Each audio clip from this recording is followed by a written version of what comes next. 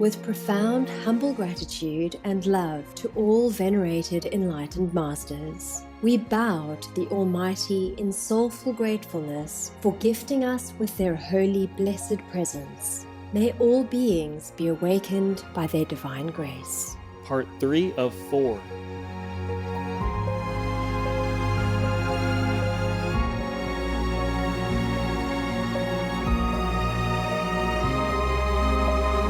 Etc. Our programs offer many languages. Please visit suprememastertv.com/schedule. Nos programmes offrent plusieurs langues. Veuillez visiter suprememastertv.com/schedule. Nuestros programas ofrecen varios idiomas. Visite suprememastertv.com/schedule. รายการของเรามีให้หลายภาษาโปรดดู suprememastertv.com/schedule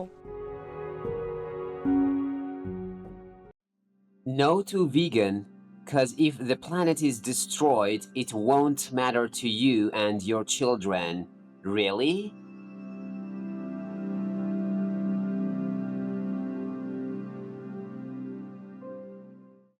Supreme Master Ching Hai's lectures are not a complete meditation instruction.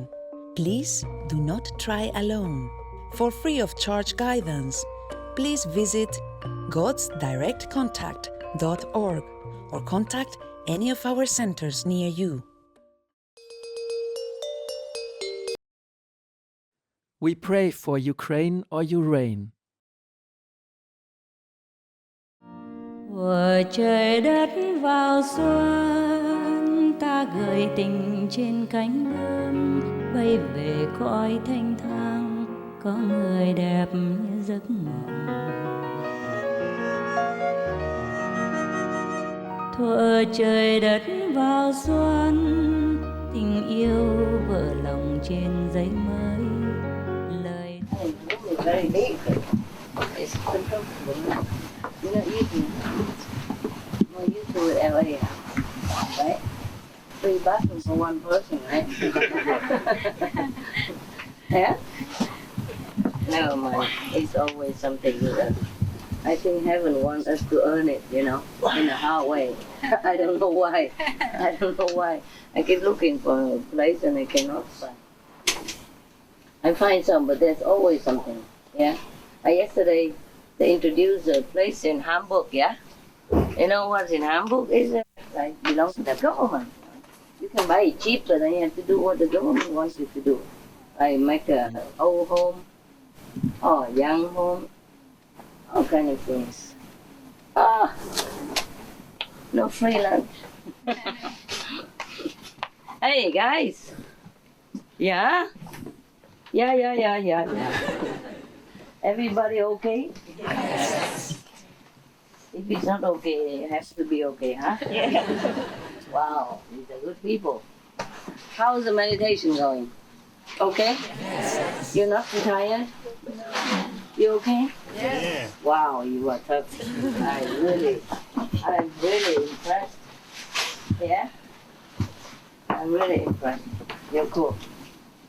Very good. Yeah. Hey, yeah, you can peep like that. It's fine too. You know, I'm so sorry. God. I'm really looking for a place, you know. Do you believe me or not? Yes. I have been looking for many years. Always something going on. Yeah, now, you can squeeze or, you know, just jump in between. Come quickly. We don't have all day. We have only 2 days. Okay. There we are. Are we okay, huh? Do I look good for the camera? Cameraman? Yes. The director? Look good?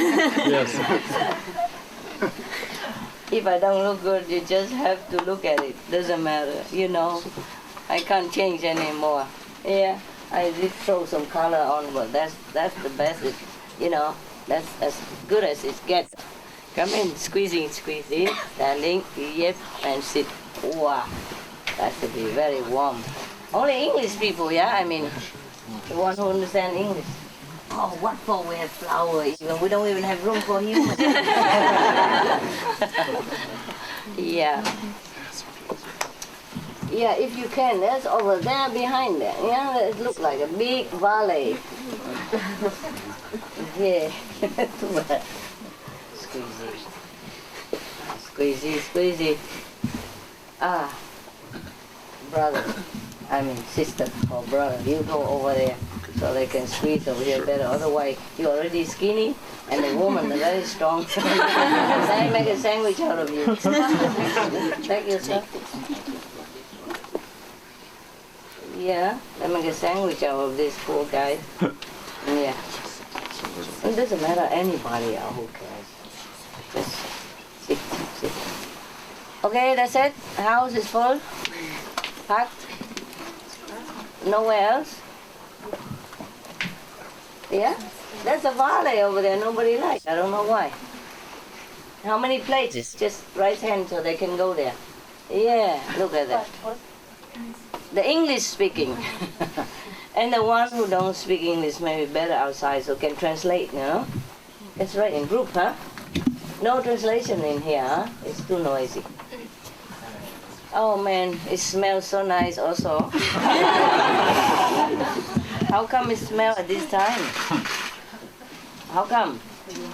Huh? Is it already lunchtime yet? No. Okay. That's a very good idea to cook only twice a day, huh? Yeah. 2 times a day, good enough, yeah? Yes. And if you're really dying, you go out and grab an apple. Yeah. And if there's no apple, then you just grab nothing. Simple, right? Okay, I'm going to tell you something. Remember, is it on, honey? Yes, ma'am.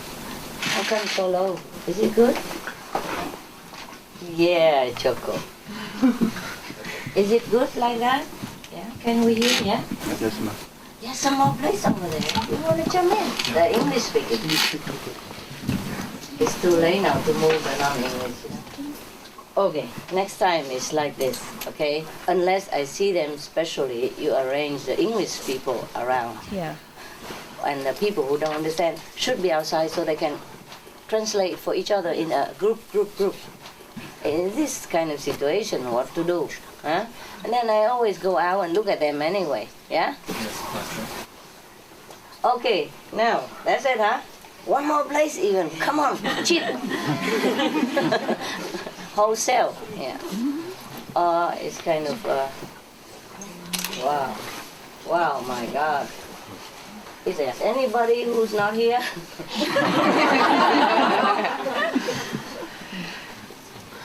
Yeah, okay, that's it, huh? No more space, right? Okay. Anybody have pain or anything? No. Yes? No? No. There's a kind of white tiger balm is very helpful. You know, the white one. The one with the white inside. There are 2 kinds, no, 3 kinds. One kind is very deep, like caramel, huh? Deep caramel. And one is lighted caramel. Another is white, the white one. Oh, somebody gave it to me and it helps me a lot. Last night I could not move without screaming. That's why I run over there so you don't hear me screaming because you will scold me. We are meditating and you're screaming. Anybody have pain? We can give you some of that. Oh, it's cool now. Much better, much better. Wow. When I breathe deep, it doesn't hurt that much anymore. It's bearable. Okay. Remember the story about Jesus? That he belonged to a religious order called the Essenes. I happened to grab a book about that, you know. I meant to tell you long ago, but never had a chance. We always tell jokes instead. Okay. Okay, now. This account about the Essenes is written by a man called Josephus. And Josephus was a very famous practitioner at that time. And he was even a governor of some place. Oh, we don't need to go into his details too much because it's long, you know. He wrote something, yeah. So I think we don't need to read his biography, no? No, we go straight to the Essenes. Because he was the one who had been initiated into that order. You see what I mean? Originally, he doubted all this. He did not believe such thing exists. But somehow there was some strong quest within his heart that he had to look for something and didn't know what. So there were only 3 choices in his time. So he had chosen the Essenes, and he went to look for a master of the Essenes. At that time, there were the Pharisees, Sadducees, and the Essenes. So he chose the Essenes. Yeah. And then he prepared himself in many ways so that he might be found worthy to be admitted into the order of the Essenes. You can't just go in there and register, pay member fee, and then you become an Essene. It's not like that. Yeah? At that time, no. This time also, no. I guess not. Huh? Okay. So this man, though he was very earnest, and he was even a governor of some kind, but in order to be admitted, as it is said here, he had to be prepared.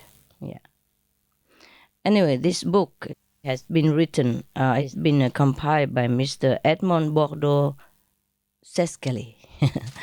But it is about a person who wrote the account of the Essenes himself. Yeah, he himself, one of the members at that time. This is a long time ago, okay? Long time ago. Under the time of the Romans, in 37 AD. Yeah, his name is Flavius Josephus. He was born in 37 AD in Jerusalem. He was even of royal and a sacerdotal lineage. Yep. He was born from his mother, who was from the line of the princess. Yeah, and his father was a priest of high order, so he was somebody. Even then, to be somebody in the secular world is different from being somebody in the spiritual world. Therefore, he must prepare himself. I guess he had to be vegetarian for 3 months. Probably read a lot of books, saw a lot of tapes from every Master TV for a while. And then he was prepared. And voila. Okay. Now we go straight into where he's already prepared. We don't want to talk too much about, how he prepared it. So, in his own words, he said that he has resolved to prepare himself in different ways, that he might be found worthy to be admitted into the order of the Essenes. And then in order to accomplish this, I turned to a man called Banus, of whom I was told that he belonged to the brotherhood of the Essenes and lived in a wilderness. This man, Banus, this is the account of Josephus. This Banus, he made his clothes out of the bark and leaves of trees, fed upon wild fruits, cocoa, banana. The story I told you yesterday. Maybe both, but in a wilderness. I don't think they have cocoa. Oh, who knows? Maybe he was on an island, and there might have been a lot of coconuts. Yeah. Wow. And he fed himself upon wild fruits, plants, and herbs. And from holiness, bathed several times, night and day in cold water. You may try. It rains a lot, convenient. No need to worry about shortage of water. Even if it rains, we have to be grateful. In some areas, it doesn't even rain for long years, many years, and people are very desperate, for water. You know that, right? Like in Darfur region and all that. Yes. Even though we have donated some money, but I don't know how quick it goes to them and how quick it has brought them comfort. We cannot just go in there. Yeah. We cannot go in there. Not like you want to go there help and you can. You see, some areas are very restricted. And in some countries, even if you help, you have to go in like thieves. Because worrying the people might think we want something. Yeah? In some restricted countries, one time I helped one country, and my people even had gone to jail for that. Yeah, I just don't know how. They brought a lot of money, a lot of stuff in there. What are you doing with it? And they didn't believe that we were going to help the victims. Or maybe they believed, but they just didn't want to. Yeah, so they took the money, jailed the people, and made them sign on nonsense. Otherwise they will shoot, something like that. It's horrible. It's not like in this world, if you want to be good, then people will applaud you and praise you and give you a shining world leadership award. So, something like that. Not always, eh? Yeah. It's happened not just one time, in different countries. I guess you can know where, yeah? Oh, those countries are a little bit more open now. It's more open now. You can go in without visa. The native. The native overseas can go in without visa. But before it was more restricted, yeah? Our people had been jailed and threatened to be killed if they don't sign a guilty paper. They had done nothing wrong. It's something like that. Or being on the blacklist the first time, on a blacklist second time, being jailed, blah, blah, blah. Okay? Why do we go so far? What was we talking about? Oh, I mean about the water, about the rain here in Paris. Yeah. Recently, the weather changed a lot. You know that, right? Yeah. Normally, at this time, we don't have rain, right, Parisians? Huh? No, huh? A little, but, yeah? Normally not very hot. I remember when I was here a long time ago. This is the hottest month, and you had to run away from Paris. Normally, Paris is all deserted at this time. Nobody ever stays in Paris, yeah? They force you to go on holidays. They pay you to go, yeah. Yeah, it's like that. I know it. Okay, so now, we're grateful for this rain. It's refreshing, Otherwise, it would be too hot for us to sit here, even, yeah? Or outside, yeah? It's not possible. Not possible in the tent like that. You cannot bear it. You would think you are in Africa. Yeah. Okay, so we pray that the situation will improve for Darfur and other poor refugees. But Darfur seems to be the most desperate. First, because we tried to go in, but we cannot do it directly. I know they're so restricted, the policy there or something, because of the war or something going on or some rivals, they don't let us come in. And then second, I tried to give the money to a very powerful organization, the most powerful one, and then they don't take it. I don't know why. They were appealing on television, but then when we gave, they didn't take it. Okay, fine. And then we didn't give. And then until later on, we found out about, the movie stars foundation. Oh, okay, we gave it to them and they accept it. But still, I don't know how the red tape would allow them to do anything quick or not. Over there they have to go 10 kilometers to get water and wood, because everybody goes there and gets, and so wood is rare also and water is rare. So we are truly lucky. Every day you have to thank God for what you have, eh? Really, we are lucky, huh? I cannot emphasize it enough. It will never be too much for this. We have to be always grateful. Grateful for the precious peace that we have in our countries, in Europe, the precious life that we still have, and the precious Kuan Yin method, of course. Yeah. So now let's go back to the Essenes. Is it too long, huh? Yeah. I don't know, just by the way, spontaneous, who cares, yeah? It's not an orchestra that I have to sing certain notes at certain times, is it? No, huh? You don't mind, huh? No. If you mind, you can go out. Huh? Yeah, okay. You don't dare. Okay, now let's go to the Essenes that you've been waiting for.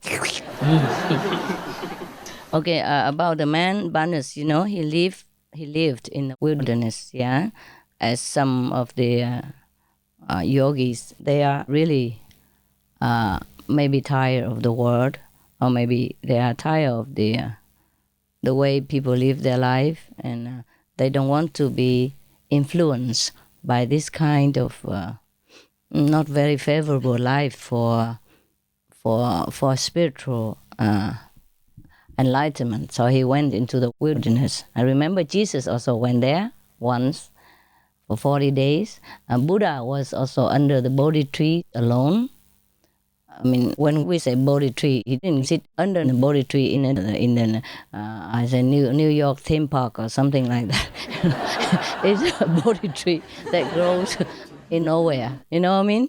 In the wild, yeah, in some like remote area. Understand? Now that you see a Bodhi tree outside in our yard there, don't try to sit under there and think that you are already a Buddha. Eh? So you can see that most of the really elevated practitioners, they somehow do go into some retreat sometimes in their life in order to be far away from the, the atmosphere of the world, which is not very conducive to their practice, perhaps in the beginning or perhaps during all their lifetime. They do it again and again. Hey, okay? Yeah. Brother, enough already. I'm pretty. Now and again, okay? You relax. Yeah, now and again, when I smile very brightly, then you take a photo quickly. Otherwise, just casual, eh? Okay.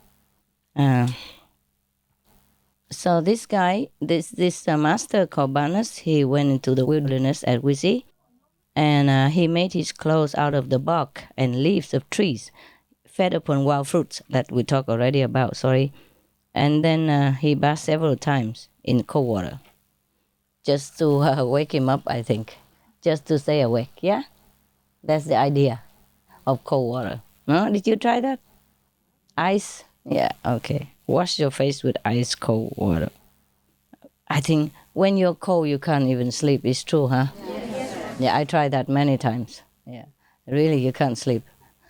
But it's also difficult to concentrate, to meditate. Yeah, because you feel like restless and in pain, huh? Sometimes. So temperate is the best, nah? Temperate is the best. So in this man, this is Josephus talking again. In this man's company, I spent 3 entire years undergoing all kinds of trials, temptations, and privation. Wow. And then returned to the city. Yeah. So he stayed with the Master Banus in the wilderness for 3 years, undergoing all kinds of temptation. What kind of temptation can you have in a desert? Huh? Tell me. It's your own temptation, right? Your own hormones. That's it rushing through your body and telling you, go home, go home, go home. Yeah. Go find a woman, find a man, something like that.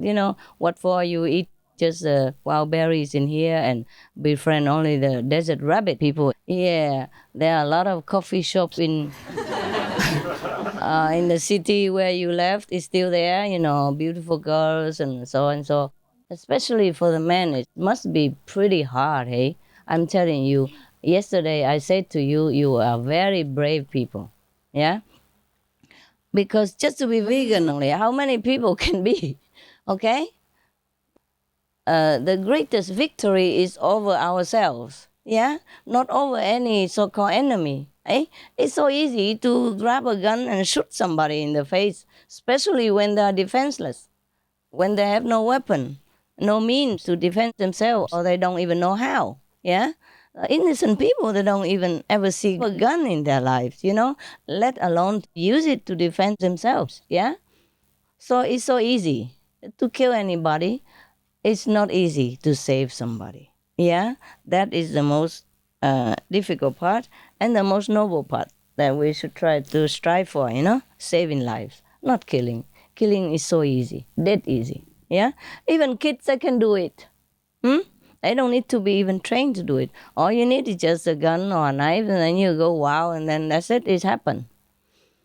And even if people keep drinking alcohol or taking drugs, then it will help them to go even more berserk. They don't even know what they're doing or so, and then it's nothing at all. So the most difficult mission is to save lives, yeah? Be it human or animal. People, to kill is cheap, no? Easy, yeah. Me thinks, my humble opinion. Anyway, sorry if I'm offending anybody, but the truth is the truth, no? Yeah. And even the most victorious battle is to what? Conquer yourselves. Yes. And that's what you did. Yeah. And you are still doing it. Sometimes it's still difficult, but you're doing it and it's fine. It's not about even the victory. It's the trying to do it, at least, yeah? If everything's easy, then we don't need to feel proud about it, right? Yeah. You should do the thing that is not that easy to measure your strength and your stamina and your power of will, okay? All right. So now this guy, he stayed three years with the master eating wild berries and bathing several times per day or night in cold water. After 3 years, he came back to the cities. Okay. Now, he began to tell about the doctrines of the Essenes. It's like this. The doctrine of the Essenes tends to teach all men that they confidently may trust their fate in the hands of God, as nothing happens without his will. They are the most honest people in the world and always as good as their word.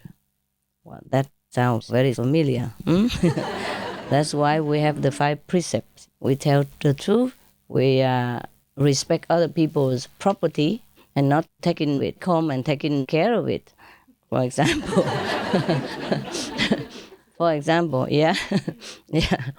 Okay, so they are the most honest people in the world, yeah, and always as good as their word.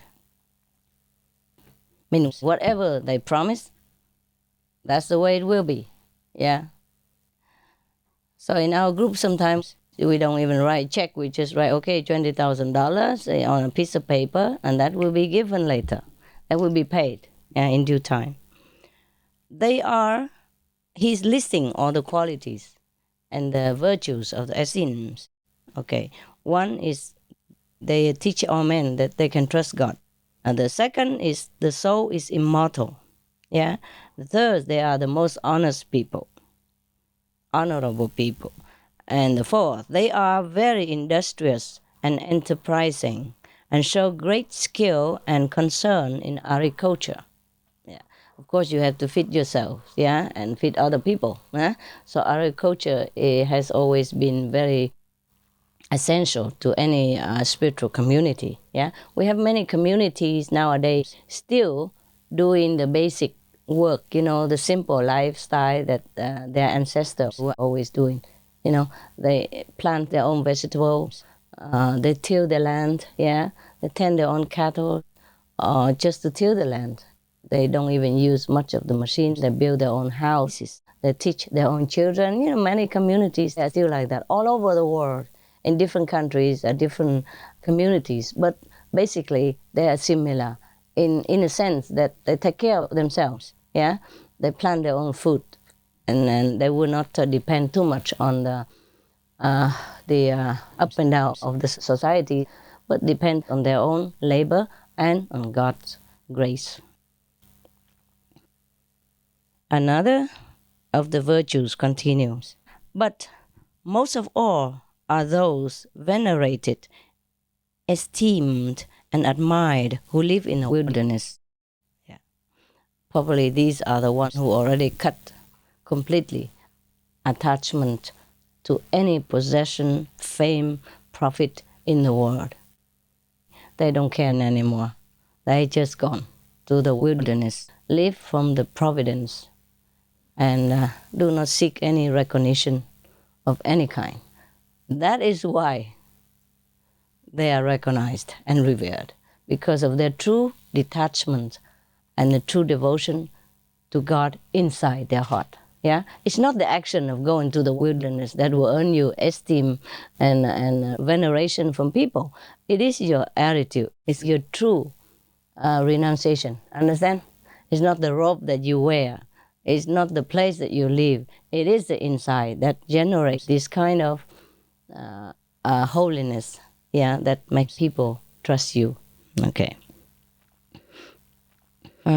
So just like every time, most people, they go into the wilderness and people will seek them out. Yeah. Okay.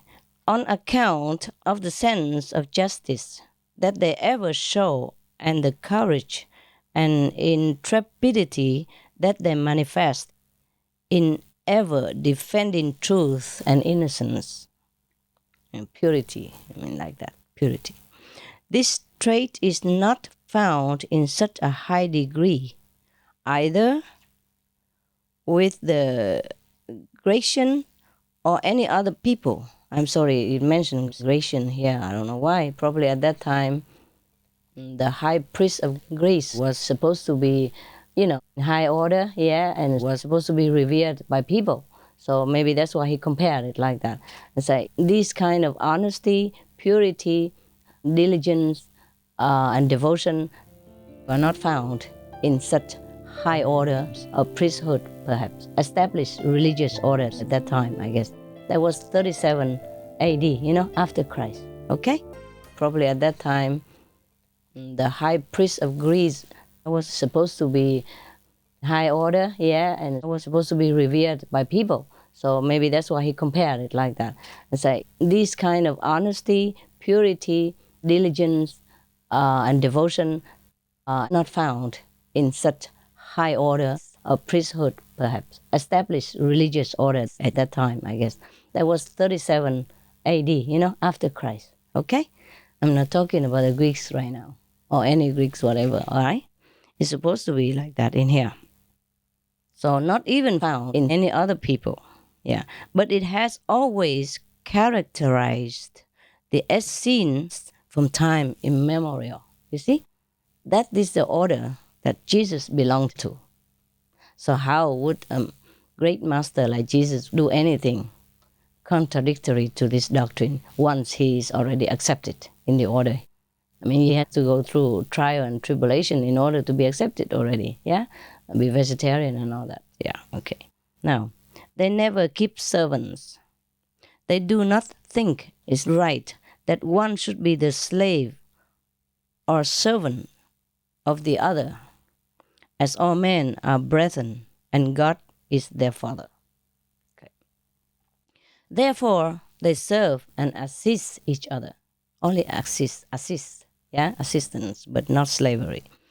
For accountants of the profit of their agricultural labor and handiwork, they choose the most virtuous, honest, and pious of their brethren. The one who is the most honest and trustworthy, they entrust all their profit, so that this man or woman will divide equally and fairly among them to whomever needs it. These also perform the service of priests and provide for all the wants as food and clothing.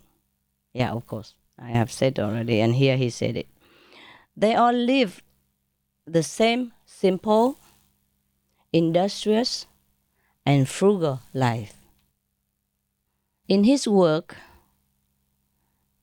Josephus, the Bello Judaico, chapter 2, verse 13, Josephus further writes, the third class of philosophers among the Jews, and the class that is most esteemed for their just and moral life, is that of the Essenes. Although they are certainly descended from the Jewish people, they show more enmity and love for each other than other Jews. I mean, at that time, okay? And live a more moral life. Compared to all other Jews at that time, they were the most excellent in virtues. That's what it was. They shun and despise sensuality as a great sin, but consider a moral and temperate life a great virtue. Do you understand that? Yes. Huh? Like if you go wild on sensual pleasure, that is not good. But if you lead a normal life, like you're married and have a normal life of children bearing and rearing, that's okay. That's what it means. And not, overindulgence, in sensual pleasure, even like drinking and drugging and all those stuff, yeah? Okay. They pride highly the strength of mind and the power to overcome the passions and desires of their nature. They willingly adopt the children of other people, and especially while these are very young, as then they are most susceptible to teaching and impressions. They show great kindness to such children, hold them dear, and teach them all kinds of knowledge and science, morals and religions. They do not reject wedlock, but, to the contrary, consider it necessary for the propagation of mankind. They despise riches and worldly gain, and the equality of property among them must be admired. It means they share equally between each other. In that community, they share. Yeah. Therefore, none of them are seen to live in abundance or need, not too rich and not too poor. The laws of the order regulate that everyone that enters into the brotherhood gives up to this all his property and wealth, so that they will share among themselves. What's the name, sis? Can you go? Oh, there's a white bag. There's a white case of umbrella. Can you bring it here for me? I get a little tired reading without glasses. I can manage, but too many lights, that make my eyes tired.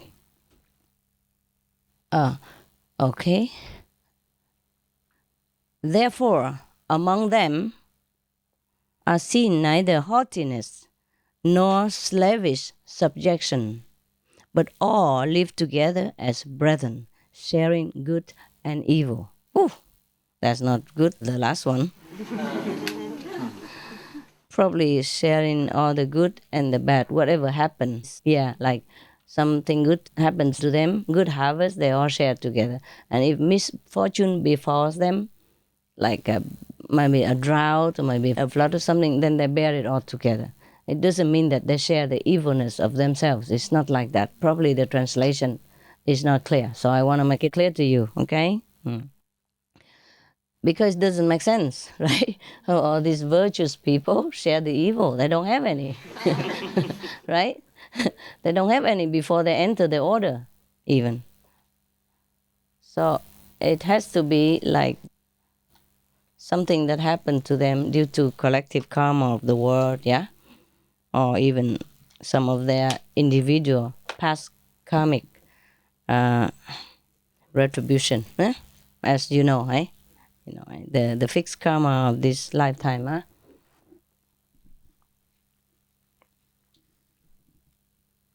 My famous glasses from apotheke. Yeah, gas station, huh? Can buy it in gas station. So,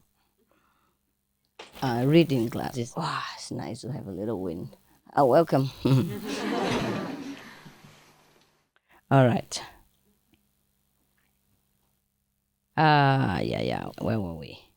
Okay. They do not live in any particular town, but in every town the order has its respective house. Huh. Sounds familiar, huh? No? Why don't they call it center? like Paris Center. In this house, the members take their abode when they arrive on their travels, and they are there supplied with what they want. Yeah, wonderful, huh? Yeah, of course there's always food in the kitchen, huh? Everything is here at their disposition. Yeah, if we have anything at all around here at your disposition, except the floor. Yeah, this sounds familiar to me, huh? Does it sound familiar to you? Yes. Yeah. All right. Everything is here, in that house, in that center, as if in their own house. Yeah. Here they are received as the best of friends and near relations by persons they never before saw in their life. Doesn't matter. You come first time, second time, it's the same, right? You're always the best in that house, and you're always welcome. Yeah, treated like relatives. Yeah, like family members. Is that not so among us? Yes. Yeah, that's the way it should be. Yeah, it's truly like that, huh? Yes. Many of you didn't ever see each other before. You just come here or anywhere in any centers, and then you are just friends and immediate. Right? Happy to see each other like a long-lost relatives. Oh, who are you? Love to see you. What's your name? And you call each other brother and sister. Huh? Very good. In every town, there is an elder who has in his care clothes and other necessary things that he graciously distributes to them who need such things. The Essenes use their clothes until they are worn out and cannot be used any longer. Very frugal people and simple. They neither buy nor sell among themselves. Every member willingly gives his brother what he needs of his, and is again supplied by others with what is needful. Yeah, it's the exchanging system. It's a very nice community indeed, huh? Okay. Even if he thinks he never can repay it, he may, without bashfulness, receive it, as this is a rule within them. Yeah. Even if you know you cannot repay the money, if you need it and somebody gives it to you, you take it within the brotherhood, and sisterhood. The Essenes worship of God is grand, sacred, and majestic. Before the sun rises and greets the earth with its beams, they do not speak on earthly matters, but read and send forth their sacred, humble prayers that they have learned from their fathers. Meditation in the morning, yeah, prayers, yeah, okay. The elder points out the work in which each one is most skilled. If you have talent for cameraman, then you are a cameraman. The elder says so. Having thus worked for 5 hours, do they again gather, bathe themselves in cold water, and don a white linen gap. But this is not white. But yeah, you can have white. The tradition is like that. White symbolizes purity, and nothingness. Yeah, that you don't have anything to hide. Everything is clear. Yeah, and everything is simple in your life. This is the meaning of it. And I don't mind advocating that, but it's just less convenient for you in these days. Yeah, actually. In these temples, in this house, they probably provide it already. Everybody goes, you wash your hands, and you wear a white apron, to make it look clean for everybody, and everybody looks equal, you know what I mean? And dignified. That's it, yeah? We could have done that. We could do that too. But for your convenience, I don't want to impose so many, restrictions. But it would have been good like that. Yeah, like those the Muslim wear. Yes. That is for the old tradition. Yeah. It's just that when we wear such things, we have to also remember what it stands for. Yeah, for purity, equality among men, and respectful towards all lives. Yeah, and vegan. Well, you can wear white. I'm sure you're worth it. Huh? But for the sake of convenience, yeah, you wear whatever you wear. I'm not saying anymore. But in the beginning, actually, I told everybody to wear it below the knees or just a little bit above the knees, especially women. But never mind. It's okay. Just try to keep your mind straight. That's it, okay? It's not just the clothes. The mind has to be straight. But the clothes do help. The clothes do help. That's why some of the poor ladies don't wear clothes. Yeah, they go on the stage and they just take off their clothes. Yeah. Something like that, yeah? Or just wear a little bit. Yeah. They are probably the most renunciation people among us, huh? We haven't got there yet, so it's okay. This is still all the description about the life of the Essenes, the principal lifestyle. Having washed themselves, they proceed to the special halls of the order where no one dare come who does not belong to the order. Ooh. Meditation hall. Mm-hmm. Not nobody there, but they normally would not let other people come in, huh? For what, It's like you are here, only the initiated people, right? Yeah. We welcome outside people on a different occasion, yeah? But not when we do retreat or meditate, because they don't know how to meditate. They just sit there and watch everybody with binoculars. How come that guy, he meditate like this? How come that lady, she meditate like that? Then it would be very inconvenient for you to sleep, no? So we don't allow anybody to come here who is not initiated into the fashion of sitting sleeping. There are people who are walking sleeping, but we have here sitting sleeping. Well, not much difference. Huh? Never mind. At least when you're sitting, you won't fall. Huh? When you're walking sleeping, you might run into problems. Huh? But if you're sitting sleeping, then you just sit and sleep. What harm can you do to anybody? Right? It's a very peaceful group. The only sound you hear is not a complaining sound, it's just a snoring sound. That's a very harmless situation. Yeah. You make peace, right? At least among yourselves. Okay. Now, then having gone through the ceremonies that the law prescribes, they proceed perfectly cleansed to their eating rooms with the same reverence as if they enter the holy temple. Everybody takes his place in supreme silence and stillness. The bakers of the brotherhood then enter, distributing a bread to each person after a certain order. I guess to the elderly first, yeah? And to the fat guy, one loaf of bread less than the skinny guy.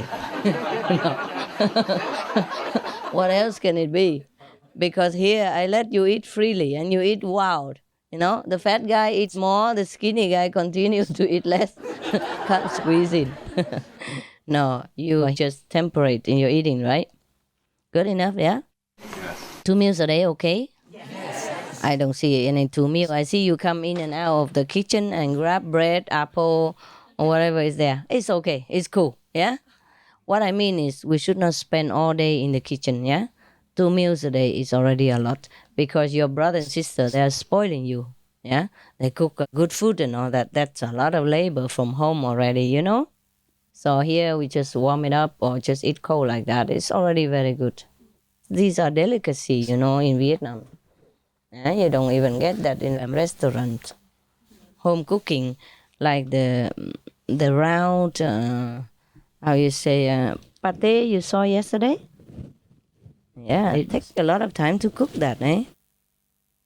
You have to mash the tender soya, the young soya, into a very fine kind of paste, and then you have to tie it well with banana leaves and cook it for a long time until it becomes smooth like that. They call it silk pate, but there's no silk in it. Completely vegetarian. I mean vegan. Well, before I just knew the word vegetarian, I didn't know the word vegan exists. For me everything's vegetarian. But it's actually vegan if you want to call it. Yeah, everything we eat out there is completely vegan in the norm of it. Yeah, because there's nothing there that is not vegan, right? Nothing from animal, people, and it's all cooked with love. You see, you're lucky people, very lucky people. At home, I don't even have those. No, rarely. Only when somebody visits from Taiwan or something and sneak something on the airplane and bring it to us, like the Vietnamese vegan silk pate, because it's so smooth like silk, so they call it silk pate. Chả lụa, huh? Yeah, it takes a long time to make and good skill to make it smooth and compact like that. Because if you're not skillful enough, it will become loose like like mashed potatoes or something. It's not so compact and tasty like that. Capiche? Yeah, and you have to put the correct amount of seasoning. Yeah.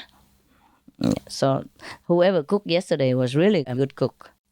I don't have those. I don't have one of those in my house. I'm the only good cook in the house. And even then, nowadays I don't even have time to cook a lot. So we just eat very simple. Yeah, I told you already, yeah? Brown rice, sesame, and mung beans. And we eat fruit also, we eat fruit and dessert and all that. That's good enough, yeah? And raw vegetables, if we have it, or just boiled vegetable, or just simple, mixed salad. That's enough. Vegetables and fruits, yeah? And protein from mung beans, and from rice, and a lot of B vitamins from the brown rice, and protein, and minerals, essence from the what? Sesame, yeah? Okay. You got it? Yes. So don't think that I'm cooking a lot at home. I don't dream about going to my place and then have mastered cooking more. I don't even cook for myself. Sometimes I don't even eat brown rice and sesame, because I'm too busy. I eat so late, like maybe 5, 6 o'clock already evening when I have time to prepare a sandwich. So I just eat that sandwich and that's it. No? And then I continue with the work. I don't have time again. Then time to meditate, and then I just go. Yeah? Okay. Which is very late at night. Sometimes late in the morning. If I tell you to live a simple life, it's also very convenient, eh? Because I can live through it, so I think you can. Yeah?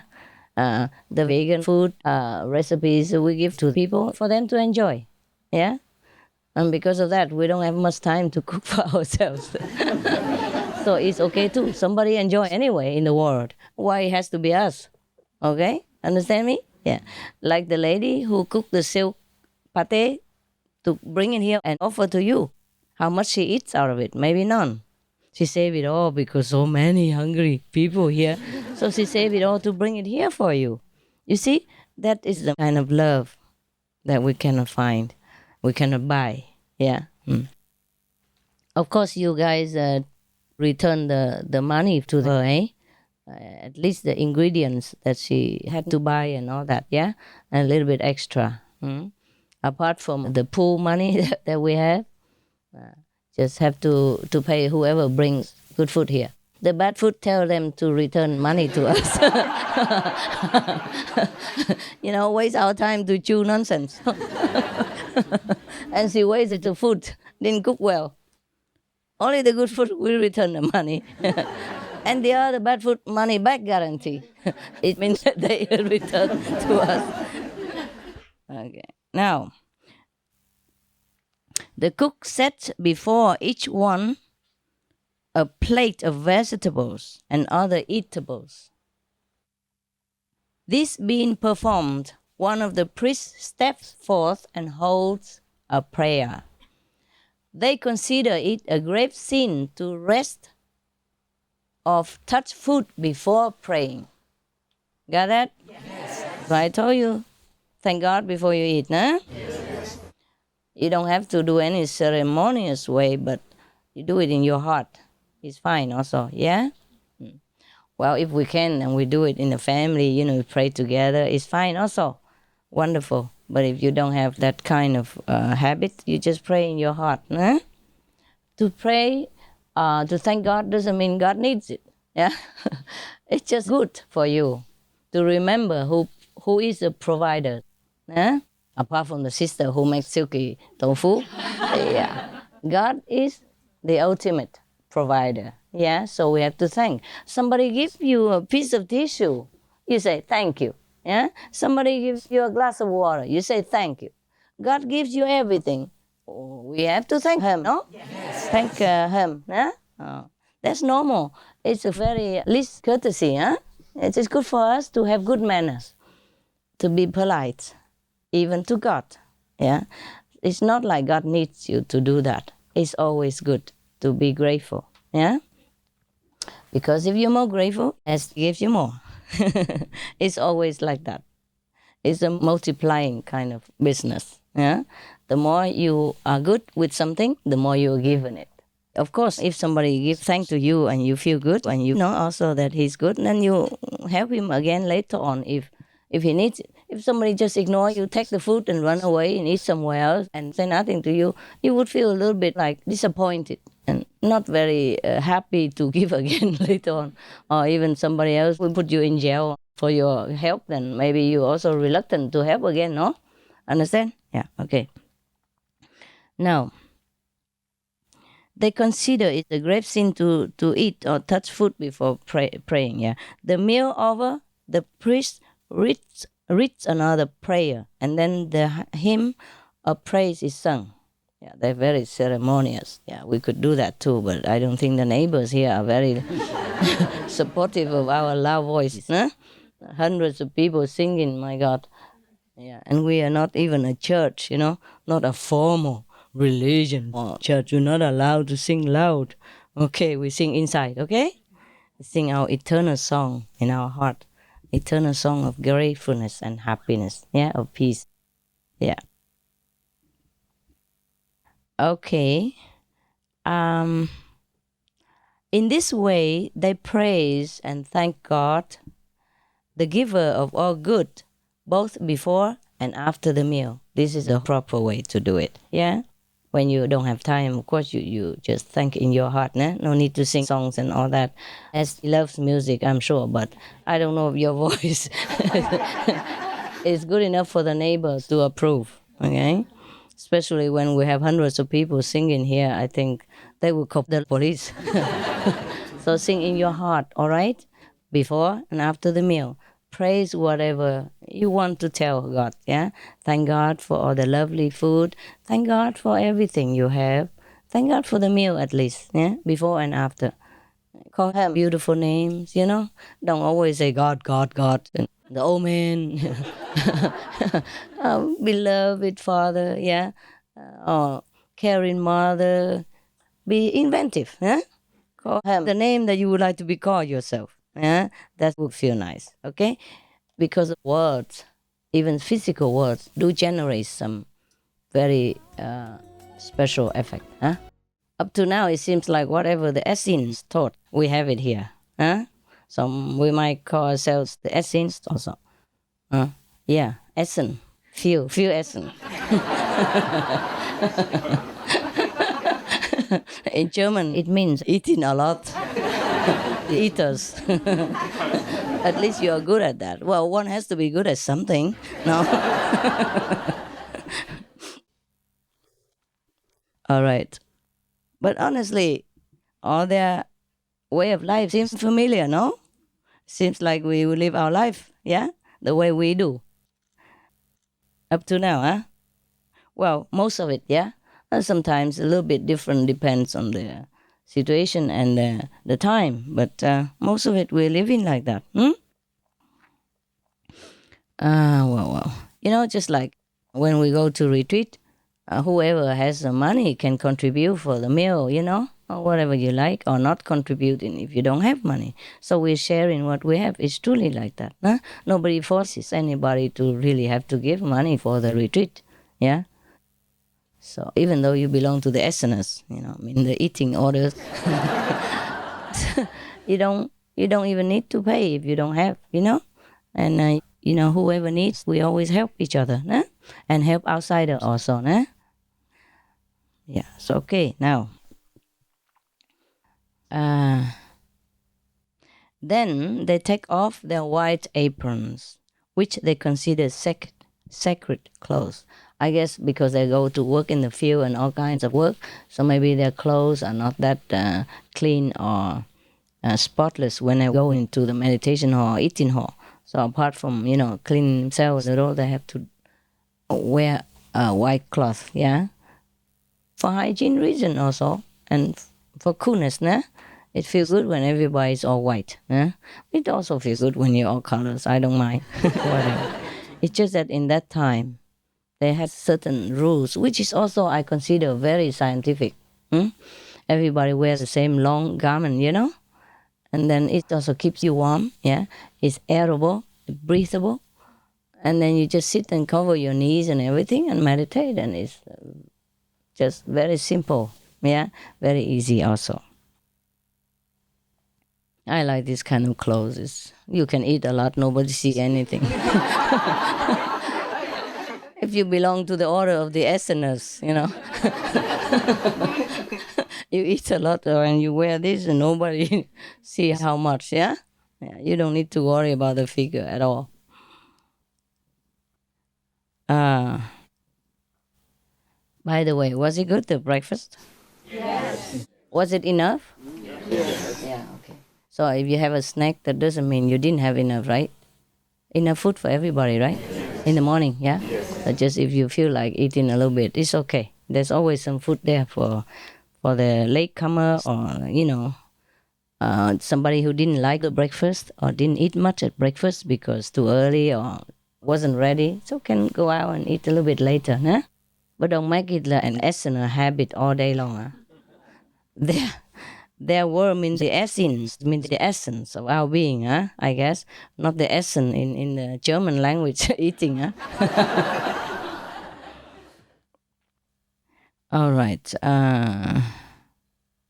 Then they return to their work, which they pursue till the twilight spreads over the earth. It means they work from dawn to dusk. Eh? Yeah. They work like the sun, rise and go to rest. Yeah. Then they go to their frugal evening meal again, during which they observe the same ceremonies as at their dinner. Lunch. It seems like they eat only twice a day. Yeah. If members from foreign parts have arrived, they are put in the chief places at the table. Oh, how polite. Yeah. Here also, no? You come from different countries and you sit in the hall. And the French people, they sit out there. The owner of the center, they sit outside. This is the way it should be, yeah? Okay, very good. We should always be courteous to each other and be polite and treat each other like God. That's of course. Yeah. The meal is taken with the most solemn silence and stillness. I told you not to speak, no? Did you speak a lot today? No, huh? Okay, good. I didn't hear anything. Wonderful. Yeah. It's the best. When you eat in silence, your food is more blessed because in silence you can remember God better. Yeah, when you eat in God's grace, then the food will nourish you better. Yeah, will uplift your spirit and fill your health with more vigor and happiness. Understand? Yeah. Not like God is strict, like you cannot speak, and God doesn't care what you do. It's just whatever we do proper is good for us. Yeah? Okay. Mostly we should try to speak less anyway. But of course, when I'm with you, I can't make a good example because I have to talk. I have to talk with you a lot, When I invite you to my room, I share the food with you. I have to ask, how are you? You like the food? tell me about your life and your stuff, your work, things like that. So that's exceptional, eh? But normally within each other, within yourself, you should keep silence when you eat so that you can remember God while you're eating. If you're talking to each other, of course you don't remember God that very well, yeah? We don't reach that level all the time that we can do multiple tasks and also remember God at the same time, right? So it's better to be cautious. And when you remember God, your food is blessed. You know that, yeah? Now, no noise or dispute disturbs the peace of the house. They talk by turns and in a low tone, which will appear strange to those who are not used to it. Yeah, what for we have to talk very loud, right? We have microphone.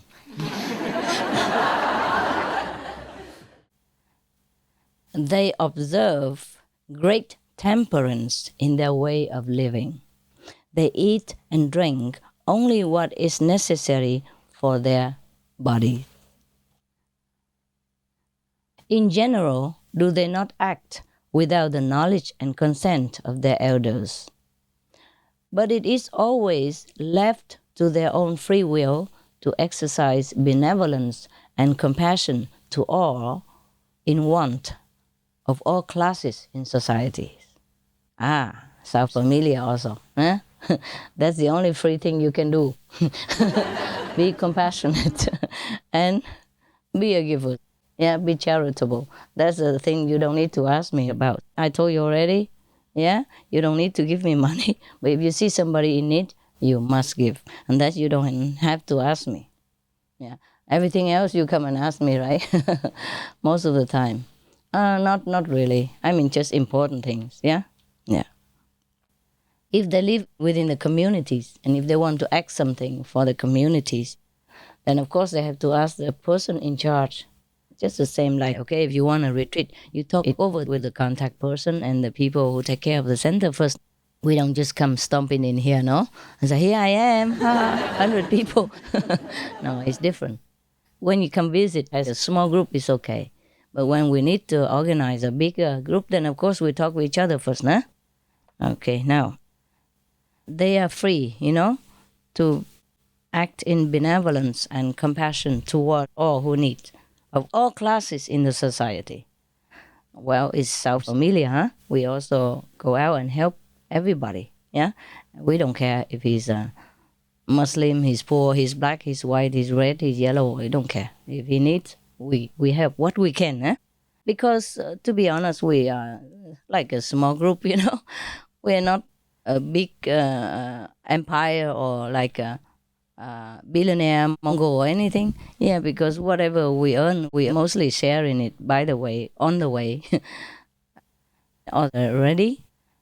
And we're not like a professional charity group. I told you already, yeah? We don't have any subsidies from government, or we don't take anything anyway. And we don't ask for donation from our members or anything. So whatever I have, I give. And whatever you have, you give. All free. You do what you do and I do what I do. Yeah. So in this respect, they're free. Free to feed the hungry. Free to clothe the naked and shelter the homeless. They're free to comfort the sick. Visit, assist, and comfort the prisoners. That's normal. Yeah, we do that all the time. Surprised. Yeah, it's the same what we're doing. Even the prisoners, we also visit and comfort them.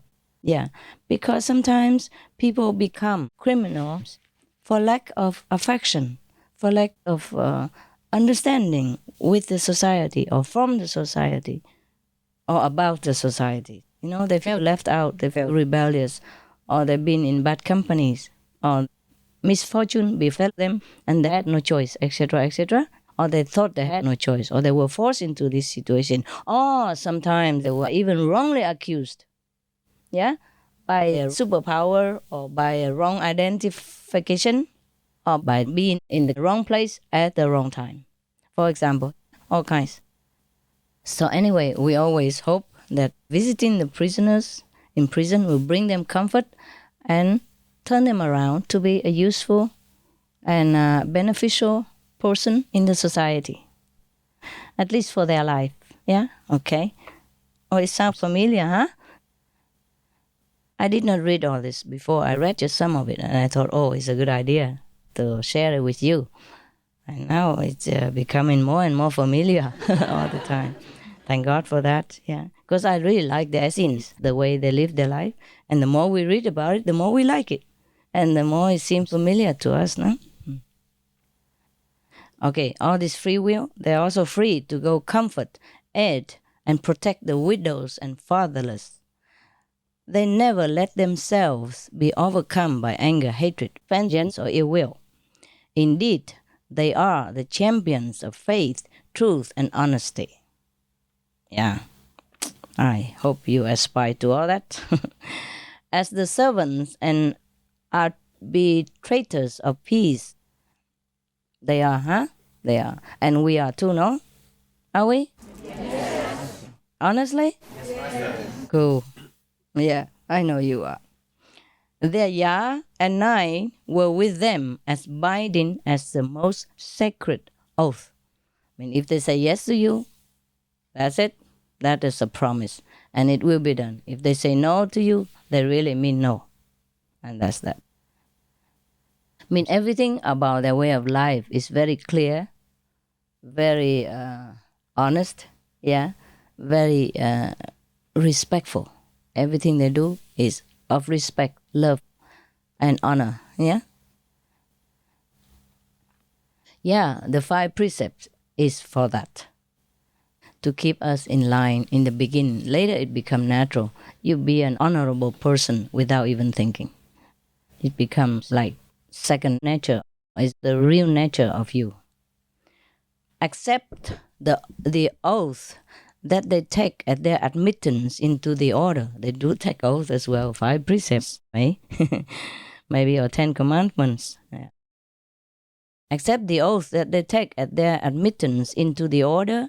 They never bind themselves through an oath, neither in their public nor private life.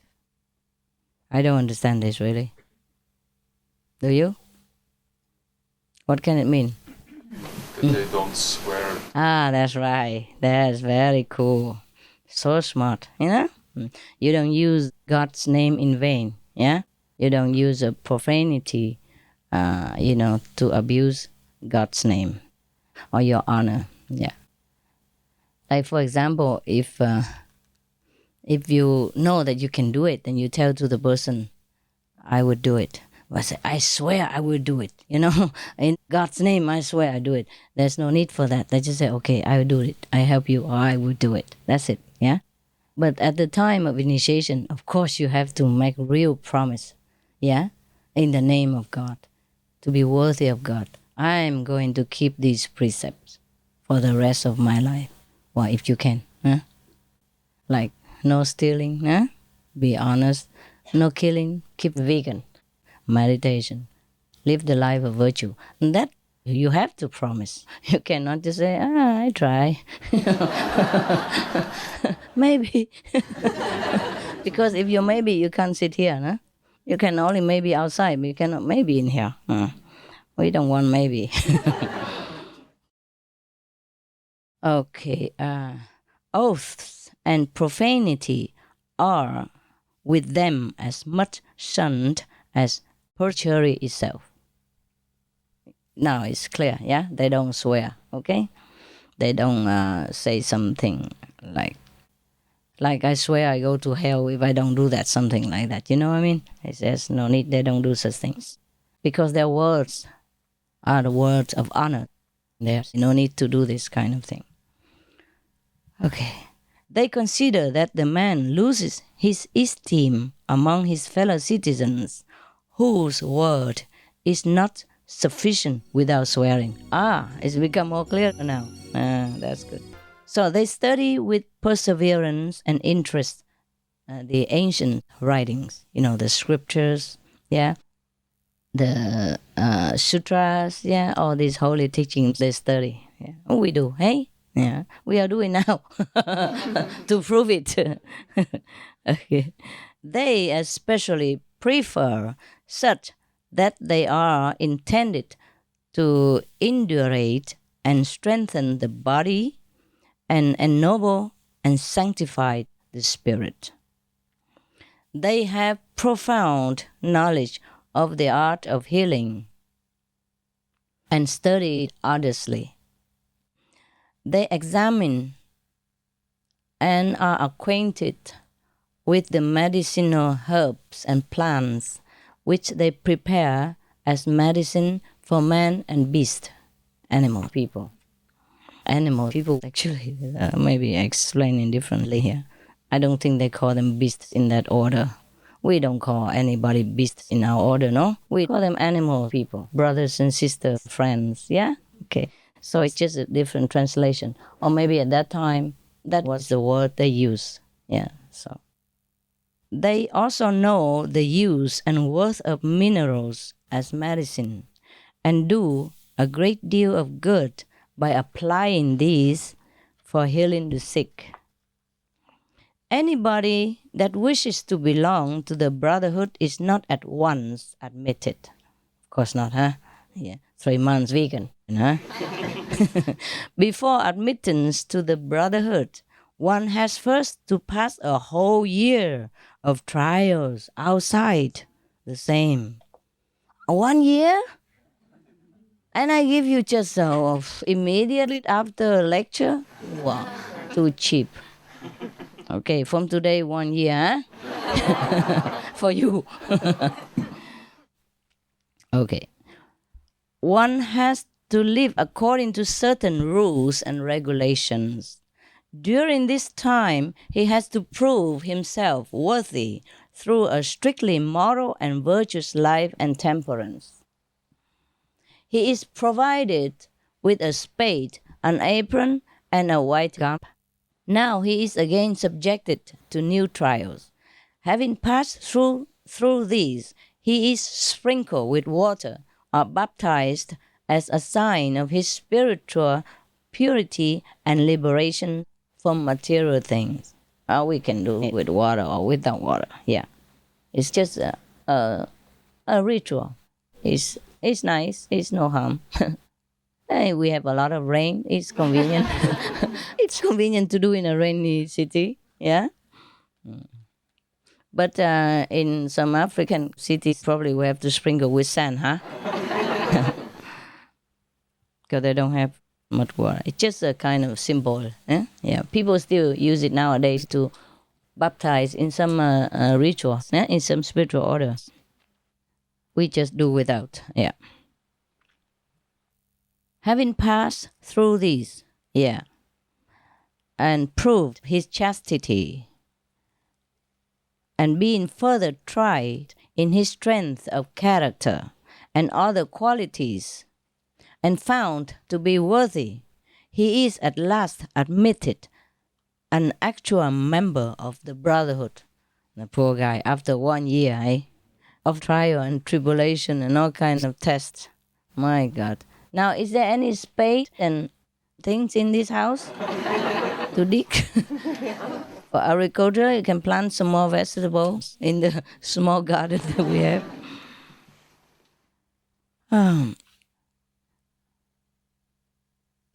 But before he touches any food in the presence of the brotherhood, does he take this sacred vow? Above all things, to respect God. He must, of a true and pure heart, exercise justice and honesty to all men. Neither of imposed or influenced by others must he harm or hurt any man. Understand? No matter how, yeah? Okay. During all his life to shun injustice. Further, he vows sacredly ever to obey his worldly rulers, as nobody has the rule without the will of God. Do you understand that? So even if you think the law is not very good, but you still have to obey it, because that might be God's will. Nobody can do it alone. Yeah, it must have been the karma of certain countries that the citizens have to undergo such and such dictatorship or strict governance. That's why we do not want to ever criticize anyone. We just pray for peace and make an example of kindness. Yeah? And hope that other people might do the same for the sake of everyone. Huh? If they don't follow, okay, that's it. We are not to criticize anything. But as it is, as we know that what we sow, so shall we reap. Yeah? So in our hands, we must exercise the power of kindness and compassion only. Understand, huh? Yeah. So if other people don't do it, then we know it might be God's will. Yeah. So we have to comply with it. Yeah. But in our hands, we always rather err on the side of compassion. So always be kind and be good. That's it. No matter who else does what. So here it means that if you live in any country, any rules, you have to abide by that. Yeah? Not because you are a spiritual practitioner, so you do what you want. It's not like that. Just like the similar teachings of Confucius, say you have to be loyal to your king and your country.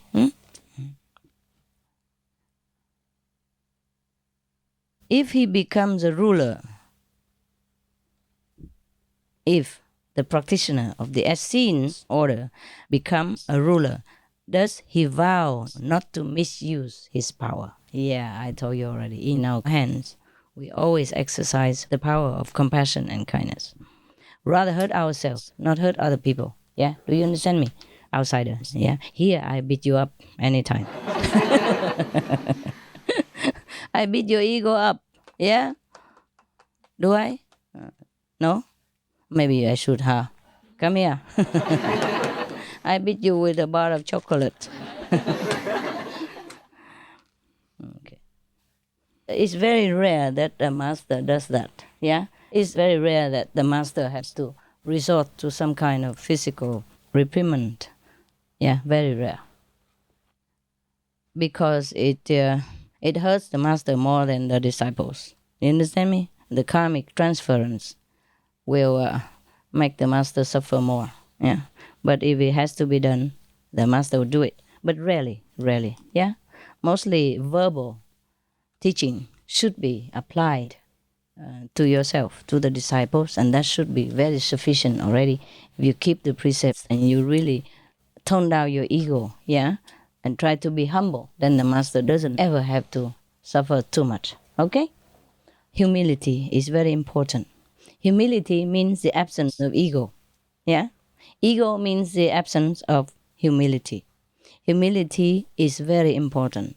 Without it, you will cause a lot of trouble and headache for everybody, including the master. Yeah? Even if you want to do good, you do it with just ego. It's just the way you think. You ignore everyone else.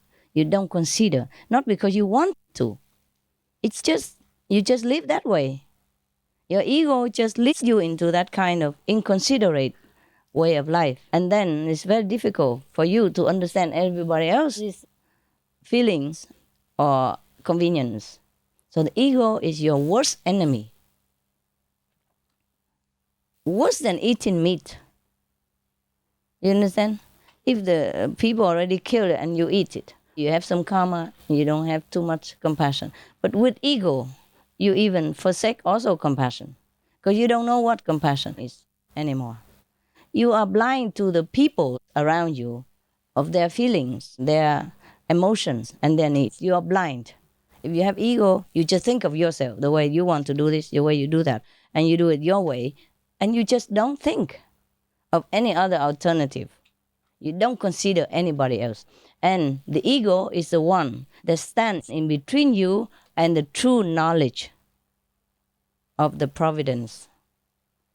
So anyone who has big ego, don't consider yourself intelligent at all.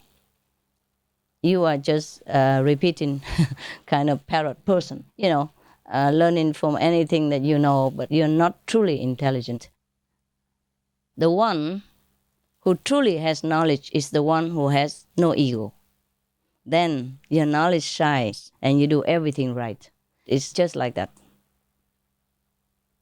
So don't be afraid of any danger or any trouble. Be afraid of your own ego. Yeah?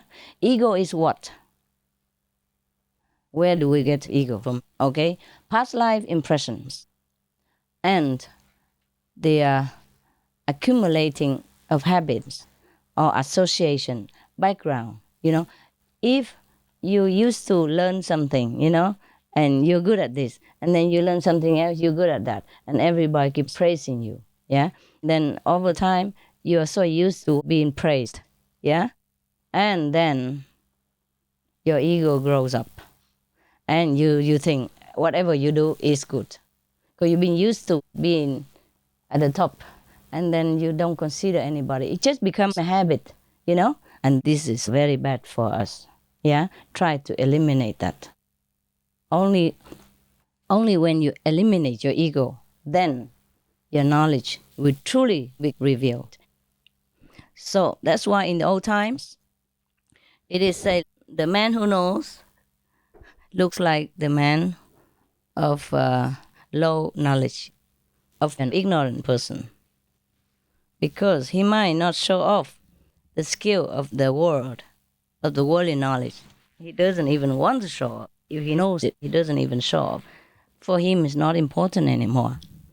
The important is the real knowledge of heaven, the true original knowledge, which we forsake for the sake of learning some skill or something in this world, or any doctrine, any policy, or any special talent just to go on top of society and forsake our own great self and the real knowledge that we always have to be a great person. So to have knowledge in this world is not the top priority, really. Learn what you can to survive, of course. But if we forsake our real knowledge for worldly skills, that is a very great pity. It will enhance only our ego, and it will separate us more from our true knowledge, the one who knows everything, the one who pervades everywhere, the one who never goes wrong. All right, we continue with the essence. The members of the Essenes will shun injustice all their lives. Yeah. Everything he acts with fairness, with justice. He would never treat somebody unfairly. Yeah. Ever undaunted to further truth and justice. That's their life mission. Yeah. Their life goal. Okay. Further, he vows to sacredly ever to obey his worldly rulers, as nobody has the rule without the will of God. If he becomes a ruler, he vows never to misuse the power, but to set an example for his subjects by a virtuous life, frugality, and plain habit, plain clothing. Yeah. He shall always love truth and shun falsehood, to preserve his mind from impure thought or impulse. He should do that. Okay. He never to stain his hands with unjust gain, to live honestly by your own earning. Yeah. He vows never to interpret or explain anything of the laws of the order in any other spirit than he himself has received it from the Holy Fathers. Yeah. Do you understand? He would not misinterpret it. He would not distort the true teaching for gain or for profit of any kind, except to impart it to others just the way he has received it, just to know God, yeah, to be virtuous and moral. To faithfully hide and take care of the books. Hide and take care of the books and archives of the order. Wow. To hide it. Huh. Must have been tough at that time too, hey? Yeah. To faithfully hide and take care of the books. Hide and take care of the books and archives of the order. Wow. To hide it. Huh. Must have been tough at that time too, hey? Yeah. Well, in some places I do have to hide my stuff too. Until recently even, you know. Like I don't leave all the books that belong to us all over in my living room or anywhere that people can come in and see immediately. I hide them somewhere. That's out of sight. I still do that. So if you happen to walk into my house, you see just a normal household. A bird person, picture, dog people, picture, family picture, whatever, you know. Very normal household. You don't see any holy signs of books or anything like that. Or maybe a Bible or something like that is harmless, but not nothing from special from us. Eh? I also hide my identity wherever I live. I interact with neighbors the way you do, very friendly, humbly, and normally. So wherever I live, unless he already watched every Master TV by chance, he doesn't know me. Yeah, up to now it's like that. Everywhere I live, people don't know me. We are hiding it just to have peace, to continue to work, not to be afraid of anything. Suppose if all the neighbors come in and out of my house all the time, master this, master that, how am I going to even have time to work, you know? I have to be so social all the time, drink tea with them every day. Yeah, then I will have no chance. And it will be then not the same anymore. I just like them as neighbors. Yeah, more natural. Because if I have to live among followers and disciples day in, day out, I don't know if I can bear it. Too much reverence, too much disciples and master stuff, you know. So sometimes to have a natural, normal environment is also very good for me. Also, it's just my nature like that. I don't just preach to everybody on the street or in my neighborhood. No, they know nothing. Yeah. Maybe I put the alternative living flyer somewhere, you know, near the mailbox, something like that, but no picture or anything. No Supreme Master TV advertisement at my house. Yeah. Okay, now we continue. Many of them have in the very pain rebuked their enemies with the sharp sword of their word of truth. You understand that? If they have to say something, then they just use the true word, the true teaching. They probably tell them, I'm sorry, but meat is really not good. Yeah? It harms the environment. It kills the animal, people, and they want to live. Vegan is a better way of life. That probably they have to tell, if they have to. Yeah, that's the word of truth. They have to do that. They only kill with the sword of truth, not the physical sword.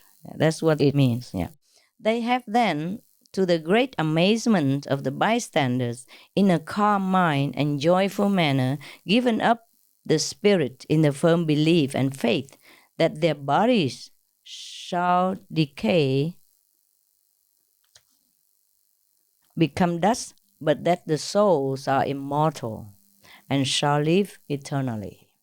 They say that during the worldly life, the spirit is chained to the body like a prisoner in a cell. We all know that, huh? During meditation, we fly, huh? Okay. Already tasting the heavenly bliss, it soars up to the bright kingdom of joy and peace. They agree that the pious spirits, previous to their admission into the joy of heaven, hover in space over the waters without being affected by rain, snow, cold, or heat. They maintain that by the doctrine of the immortality of the soul, humans, I don't know why they always say men. Huh? Is that sexist or what? Who are we here? Huh? We are half of the population, no? Always say mankind, Human even. Why not human? What's wrong with woman?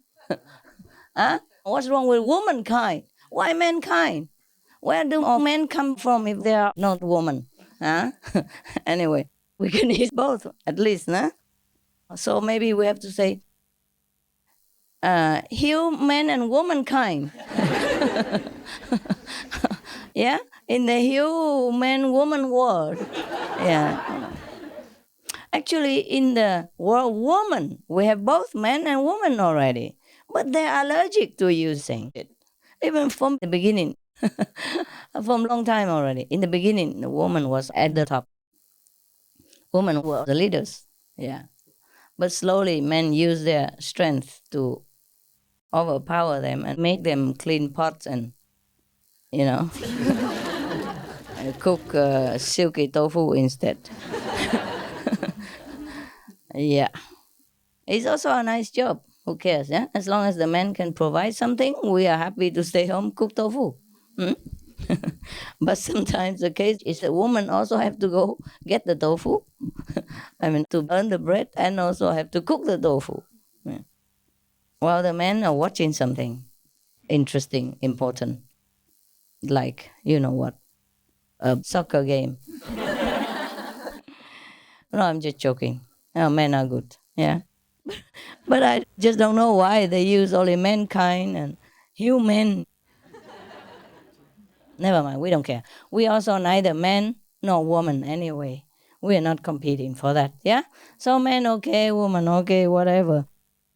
They maintain that by the doctrine of the immortality of the soul, men are promoted and encouraged to a virtuous life and shun vice. Many of the Essenes have often stepped forth among the people as prophets. Well, I'm not surprised. I have a lot of prophets here. They inform them of things to happen. Oh, these are seers, huh? After they practice for a while, they can see sometimes things happening, yeah. But often we keep quiet, huh? Only when necessary. I mostly don't predict anything, do I? No. Really, huh? Unless they ask, huh? Like they asked if the year 2000 is the end of the world or not. They asked a direct question. And I had to say no. You know, I'm also under oath to tell the truth. So I had to say no, but I wouldn't just, go out and tell everybody, believe me, you know, I see it. We live over, we live through, we live past 2000. I wouldn't do that. Okay. Sometimes I tell you, please beware, huh? Have to meditate more because it's a time of cleansing. And it's the truth I have to tell you. And you can see it yourself.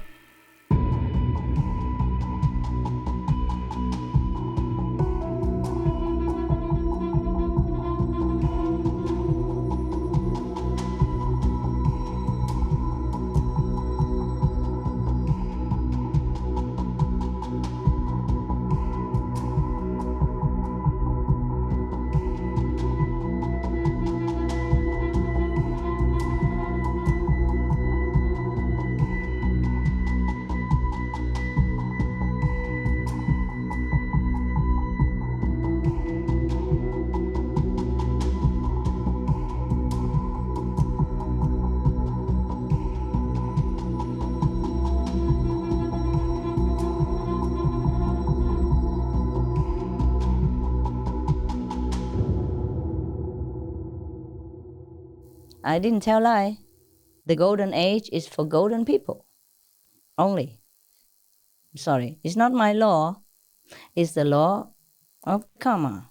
It's just like the law of any nation. We cannot escape. The law of nation, sometimes we can escape. Sometimes the police turn a blind eye. Sometimes you can do it cleverly and you can escape somewhat. Or during your lifetime, maybe you can run away, you hide. But the law of the universe, you can't. Can't know where to hide. The law of karma is very precise. It's to the minutest detail, to a breath of air. Now, it is easier for these holy men again, didn't they have any woman in their order? What's wrong with you guys? Are you all men here, by the way? No, huh? Okay, never mind. We forget. We don't argue with this terminology. Okay. These holy men, yeah, often they only say holy men, huh? I mean, not just here, no? We often hear holy men, huh? We never hear holy woman. Oh, it's not fair. Well, thank God I'm a woman for a change. So that you can say you belong to a holy sisterhood. If we are holy, who cares? Anyway, it's easier for these holy men to prophesy as they, from their earliest infancy, study nature and the doctrine of the divine. They are instructed in goodly books and the writings of the prophets, and grow in wisdom and purity of heart. Their presages often came true, and this increased their esteem with the people as holy men and prophets. You see, in here, they mention that there are many prophets. It's not just one prophet. Yeah? Okay. So we have to understand that whoever reach the level of a certain spiritual height, then they can be called prophets. A prophet is a messenger of the holy doctrine. A prophet is supposed to mean the messenger of God. And there's not always one, sometimes more. But prophets, they have, of course, different levels. Some prophets are the direct contact with God, and some prophets are a little bit lesser level, but still they are prophets if they go and spread the truth teaching, and if in their heart they are also holy and have a certain high level of spiritual attainment, then these are probably being called prophets in this order. In our time, there may be also some prophets already among you, although you don't feel like that and you don't see yourself as that, but it's okay like that. So that's good for your ego that you don't even see yourself like that. Yeah, the more you practice, the more you don't see yourself as anything really. You know it, but it's no big deal to you. Yeah, just like after you graduate a long time as a medical doctor, you don't always feel proud or you don't even think of it anymore, right? Oh, that's the way it is. It's become natural. In spiritual practice also, yeah, the higher you go, the more nothing you feel. You don't feel holy. You don't feel that you are special. You don't feel you're higher than anyone else. You just know it, but you don't feel anything special. Understand me? Yes. You just know it, definitely, that you are better than before, that you're higher than you were before, and that, of course, you are better than many of your other brothers and sisters who don't study the same spiritual elevation method. You know it only, but you don't feel arrogant about it. Yeah, that's correct. Is that so? Yes. Yeah. I know that because it's the same here. How I can talk with confidence because it's the same experience. Yeah, between us, we all feel the same. One time, I discovered something.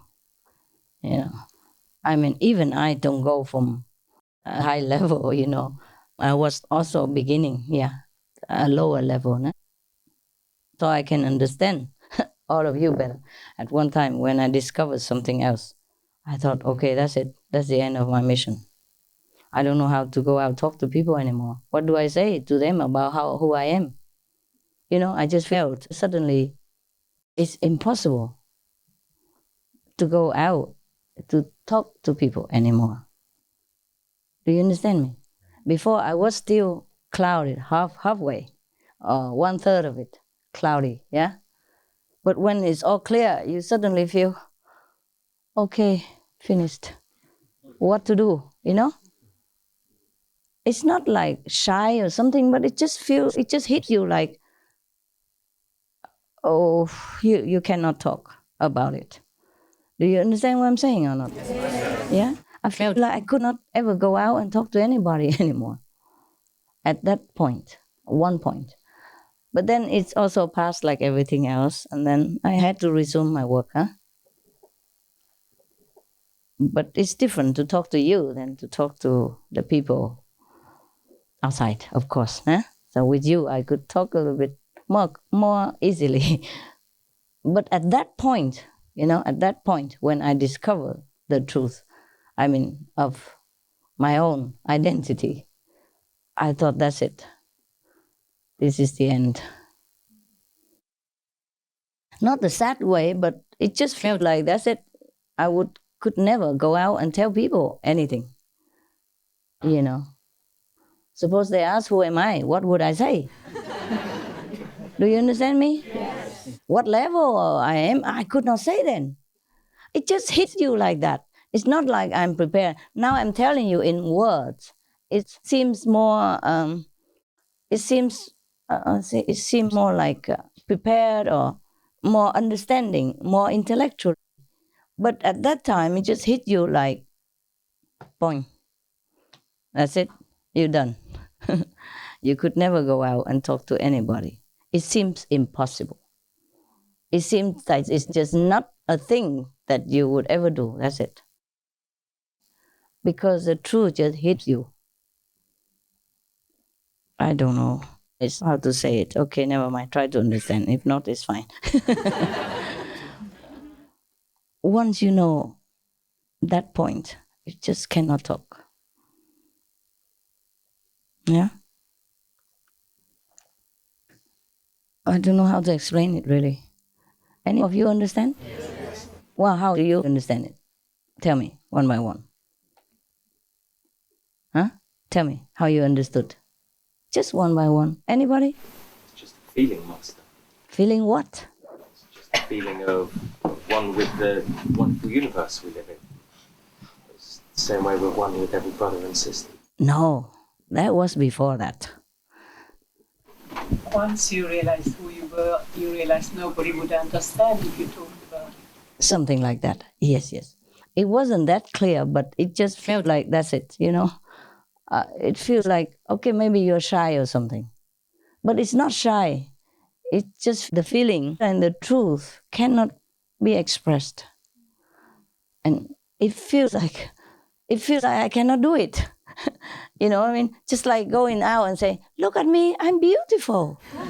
It's just like similar like that. Do you understand me? And who would ever do that? Do you know what I mean now? It's similar like that. It's not exactly, but that's as good as I can tell you. Yeah? Okay. It seems like impossible anymore. I thought at that time, that's it, my mission is finished. I didn't even think that I could even come and tell you or talk to you again ever. And you're a woman. And you're a woman. What's that? What people are looking for a man to be the leader. Oh, not true, not really. No, honey, you always make a good point, but at the wrong time.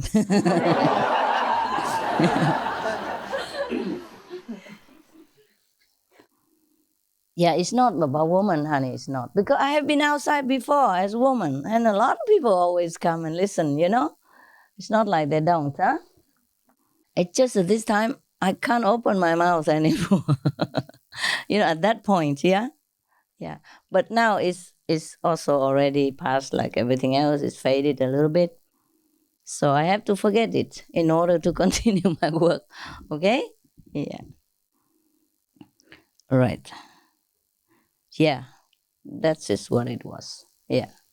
Like, it's not about nobody would understand, but it seems too, I don't know, too incredible to tell anybody about it. And it seems like you cannot just want to tell. You understand what I mean? Yes. Because you were in retreat for 2 years. Yeah, that was. So I was having a feeling that you are getting higher and higher and far away from us. Yeah. And on one side, I'm happy for you to are flying high, but on the other side, I'm afraid that we will be left here just for alone. So, but I have been suspected that you said since 1999, as you were in Africa, and you started to teach the people in the whole hall, the communion method. You said she can show the people God within just some minutes. As I was sitting in the hall, I was crying in my heart, and I said, Master, do you know what you are doing? Because it's really dangerous to show so much outside to the people. It's okay. At that time, it was still okay. But you know, it's a different point. That is okay. That I can handle. It doesn't matter. I just tell people I saw God. I saw them God. You know, the third party. That's different. The third party, you can always introduce, glorify it, and beautify it, and say whatever you want about it. It's absolutely nothing to do with you. Yeah, that was the easy part, honey. I could show the whole world God at that time. It doesn't matter to me. I can handle it. You know. The karma, anything, doesn't matter. It's not that. When you have a third party to advertise, that is easy. You know, blame it all on him. You know, glorify him, everything. It doesn't matter. I have been thinking, if you can give so much and everything and all the time, then you must be that one. Yeah. Because no one else, no human and no other people that I've ever heard can do that. Yeah, but at that time, still had a third party. Yeah, but when you reach to a non-third party, truly, you know, there are many levels. You feel one with God, okay. You feel one with the whole creation, that's okay too. But that's not the point. That's not when it hits like that. I haven't been hit like that, even in previous lives. In previous lives, I stayed at the 5th level so that I can come back. You see what I mean? Any other previous life, 5th level. That's all I went to. And so that's all I remember. I told you I take you to 5th level. And I told you the truth at that time, what I knew, okay? But later on, it is beyond that. And I say, that's it. I don't know what to say anymore. So even I drop you some bomb in Hungary, I say, you can't go beyond the 5th. And you were crying wolf. Oh, what can I do? I commit to the truth. I had to tell you. Yeah. But the 5th level is great, grand, and beyond your imagination. Do not look down on it. Some of you are not even there yet, and only say, only 5th level? Only. You know how many masters, you know, practice asceticism, forsake everything in the whole world, eat only wild berries, you know, and still haven't reached it. Only the 5th level. Where you want to go? The way you are. Anyway, okay. Oh, well, thank God that I come back to talk to you. Actually, I was thinking I felt very far also from you at that time. Yeah. I felt that you would not understand me, and you didn't. And Hungary, you all cry wolf now. Yes, 5th level only. What? I think we did understand, but we felt you were so far away. We didn't want you to be so far away. Oh, I see. I did not want it to. We felt really sad, you know. Oh, you did? Yes. You still feel sad now? No, you're back. Now. I'm back? Thank you for dragging me. Wow, what a friend for. Come back and play in the mud with us. No, I'm still not back, but I'm back, okay? I just handle the situation differently, that's all. Before I was just there, but now I'm there and here, yeah? I just learned to handle the different situation. It took a while for me also, you know. It's a shock. It's a joy, but it's a shock. What am I to do now with the rest of humankind and the disciples and all that? What am I going to tell them, you know? You understand? I became shy, really shy, reluctant, you know? Yeah.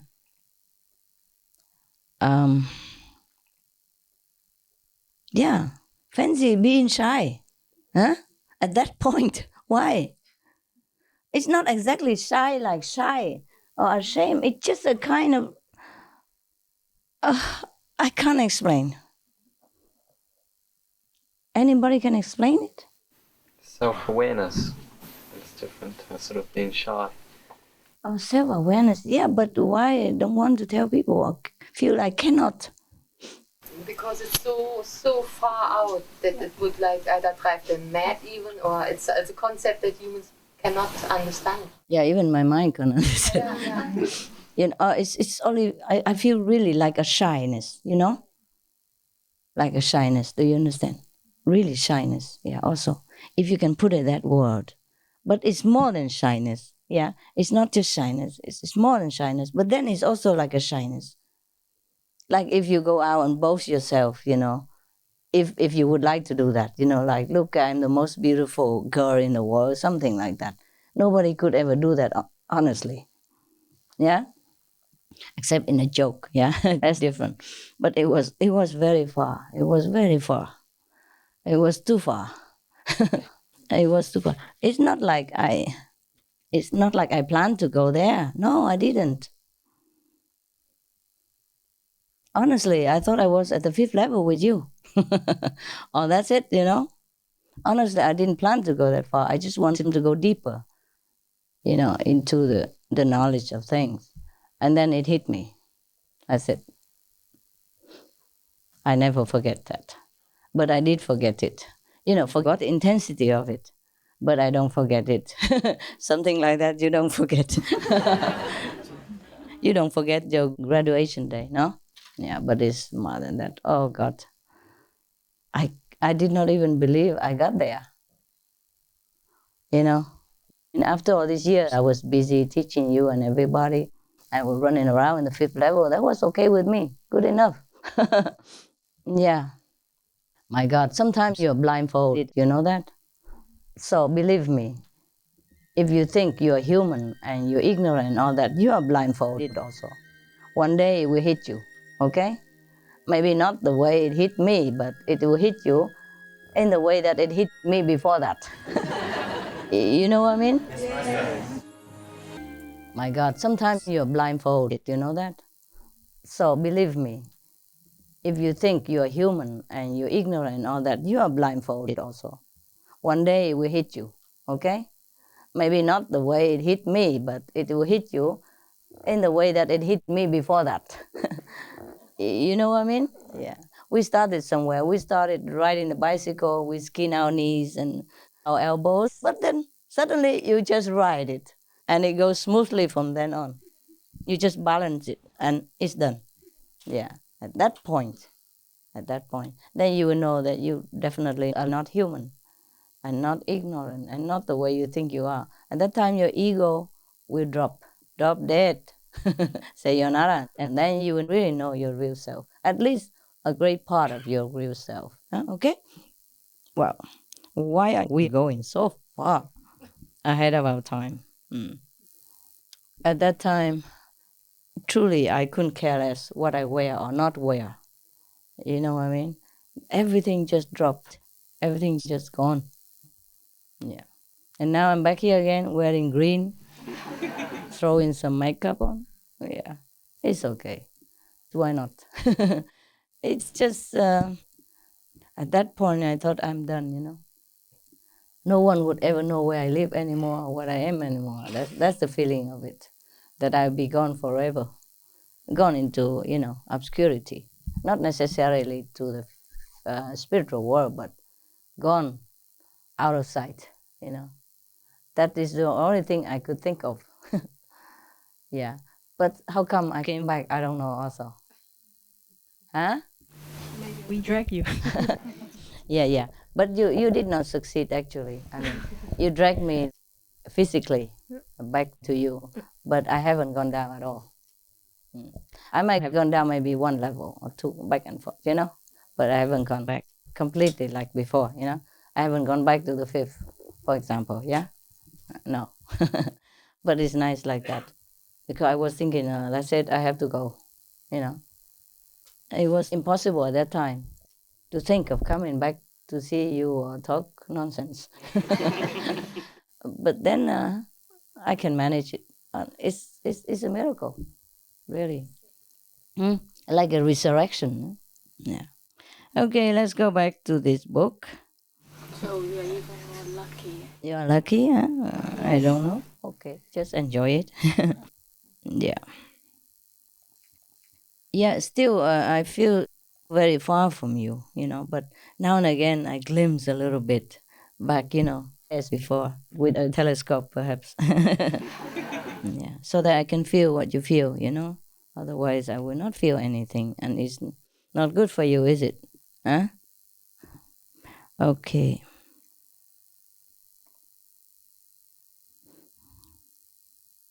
But, I'm still surprised. I'm still surprised. Because at that point, you don't have any, you just gone beyond all emotion. You do not understand humans or animal people or anything. Yeah. And I'm very surprised that I still can come back. The feeling can come back. I thought, that's it, everything's gone. Yeah. Just leaves you. Everything leaves you completely. You just stand there completely nude, if you will, naked. You don't have anything at all. And you just feel shy, you just want to cover yourself. That's it. Because the revelation is too strong. It's completely without anything attached to it. Completely just right there, like a crystal ball. There's no cover, no stain, no blemish, nothing at all. And it was too powerful, Yeah. And afterward I survived, but I thought I became so shy. So shy, yeah. I'm surprised that I can come back, eat stuff and talk to you. Yeah, and read books. Yeah. So somehow I managed. I learned to manage to balance the situation. So it is possible after all. I never thought it was possible. During all my reincarnations on all the physical planets, it had not happened, okay? It's the first time. Maybe I haven't chosen to, yes? In Malaga, we saw you, and I just have the feeling you're almost all gone, just like empty clothes there, and maybe 1% is clinging only there, yeah, just like that, and everything is up. Really? Yeah, perhaps it's like that. Yeah, I feel almost like that every day. What surprise, all the dog people and the pets, they keep me down here. They keep me in reality check, It's okay too. Maybe because of them. Yeah, that I have to be connected still. And it's good that way. Okay. All right. I told you, even though I'm not that shy anymore, but I couldn't go and tell everybody like that. Yeah? Yeah. It's not as shy as before, but still, it's not a thing to tell people, no? I'm still talking around it. I even don't go to the point. I can't with you even. You understand what I'm saying? Do you see I say anything? I'm just talking around it. Yeah? Cutting around the edge only, I can't even get it out there. I still cannot get to that point to tell you bluntly what is what. I can't do it. I don't know why. Don't ask me. I ask myself. It's just talk around, beating around the bush, huh? Just like a man who wants to propose, but say, oh, you are the sunshine of my life. You are the roses in my garden and all that, no? But at one point he doesn't say it, Proposing or weather forecast, remember that? Yeah. You okay, love? Hey? Yes. What's wrong? Crying. Why are you crying? Okay. Look, I even painted my fingernails yesterday. Yeah. Cool, huh? Right. Where were we? Okay.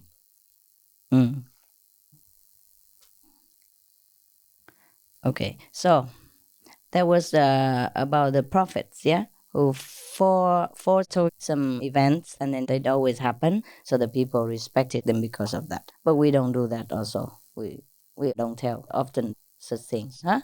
Right? Among us. Maybe they could do that. And I said to some small group, a few people, and then that few people spread out maybe. I don't think these are prophets, so-called prophets, also go out in the street and say, look here, tomorrow is going to rain, something like that. That belongs to the BBC weather forecast company. Let them earn some living, no? Let them do their job. Good job, no? Good job that they're doing. Why the prophets have to do that? I guess in the old times they didn't have TV. So it's also good to warn people out of danger, huh? And maybe that's why they had to do it. Okay, now. All right, now we continue lower down.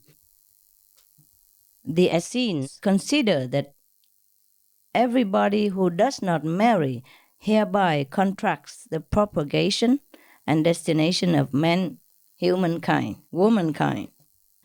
as man would soon cease to exist otherwise. If man doesn't exist, then woman exists, okay too, no? They say if we don't propagate, like we don't marry and have children, then men cease to exist. It only talks about men, so we women, we don't care, huh? Men. They mean if everybody doesn't marry, then we have no more world, no more humankind. I don't know if that's important or not. Is it important? No. Maybe, yeah. In that sense, perhaps, yeah. You have to know that the order of the Essenes probably have been like a lineage, coming down through generations, yeah? Like the Buddhist tradition and all that, nah? It might not be at that time that have a lot of high-level enlightened masters, yeah? It might not be, but they still kept the virtues of it, yeah?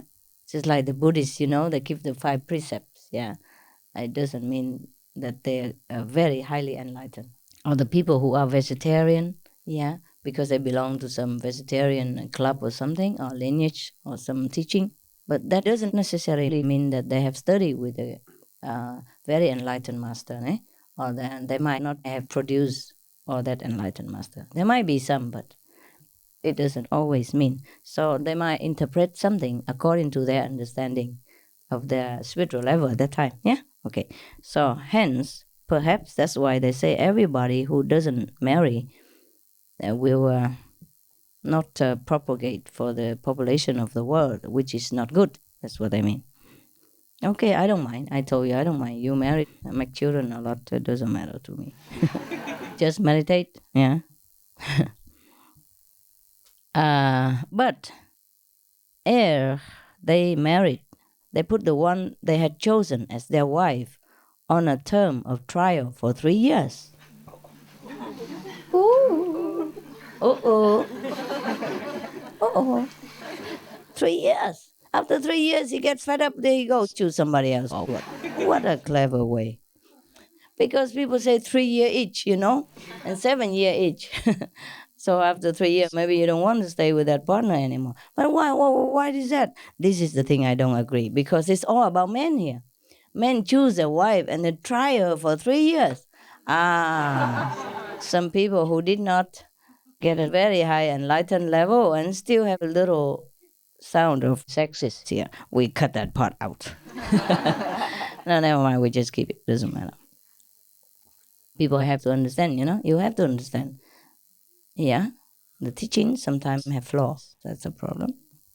Okay, after this threefold trial and cleansing, if the woman was found to be chaste and faithful and capable of bearing children, then marry her.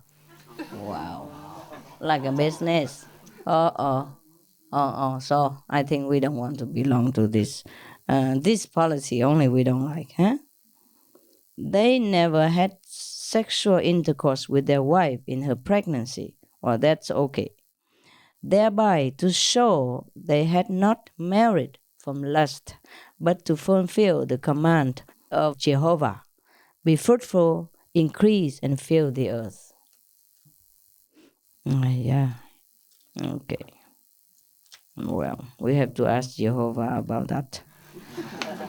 It's okay. The idea of marriage for, spiritual partnership is okay. Yeah? Not for lust, yeah? That's okay. That's laudable.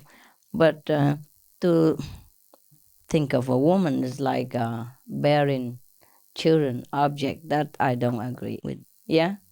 They had forgotten the woman's soul, which is equal to man's. Yeah. Maybe they haven't elaborated very well. Maybe it's just one of the traditions in the country and they incorporated it into this way of life. Yeah? I hope so. Okay. When the women bathe or wash themselves, they are clothed in a linen garb, meaning not completely naked in the river. They didn't have bathrooms before, so they just bath themselves in the lake or river, so of course they have to clothe themselves in a kind of garb, so you can wash yourself inside but nobody sees you. Huh? It's like a mobile bathhouse. Huh? That's very cool. We can do it here. Yeah? You can wear a plastic cap and then go outside in the rain. Yeah, the water will run inside and you clean inside. That like a tent, like a personal bathing tent. Okay. Now, the men, similarly, when they bathe, wear an apron or belt around the waist. Okay, that's okay. It's no big deal. In whatever they do, they exercise great order and chastity. Yeah, that's supposed to be, like for dignity, to protect your dignity as well as somebody else who's watching. If anybody is watching, they should not anyway. But probably because they bath together, in the same lake or something, or the same bathhouse, so they have to exercise that, and it's okay. So rightly do they deserve to be called an example for the life of other people. Oh, that's correct. Oh, we have some more here, but maybe another time. What time is it? 6 o'clock? What time are we supposed to have dinner? 7, huh? Okay. Well, there's some food ready or not? If there's some food ready, then you may go out. And I'm sorry, the place is a little bit small and with not enough facilities. Bathroom and all that, everywhere is the same. You haven't had enough good karma to have a bigger place yet. Don't blame me. Don't blame me, huh? It must be your collective karma, right? Yes. I have tried so hard many times. I failed. I can't get it for you some way or another. And so it might have been your karma then, huh? Oh, it might be my karma, no?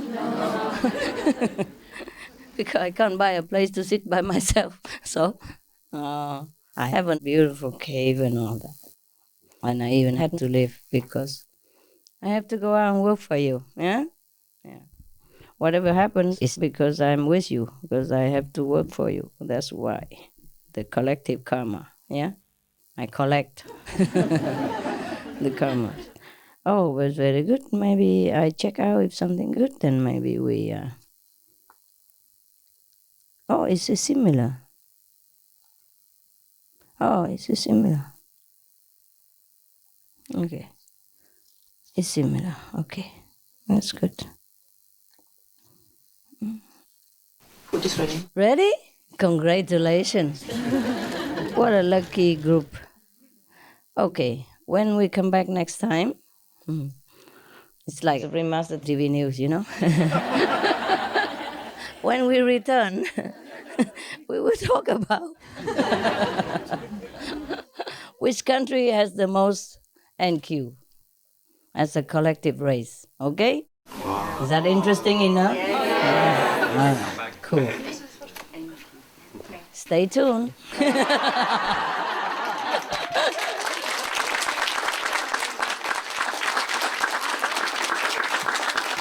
Okay. If we come back, then please, it's not like racism or anything, but I'm going to speak English, so just the English people, or maybe change it, but the English, yeah, or maybe Chinese, whatever, I don't care. Okay, or French, yeah, or maybe all the French people, but I don't speak French that much, and my tongue is tired of talking French. maison. Cette maison. Yeah, but the poor. Okay, salute.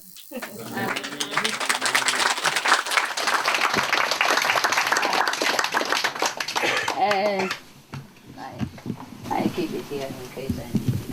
Or I take it with me in case I forget. In case I go somewhere else, huh?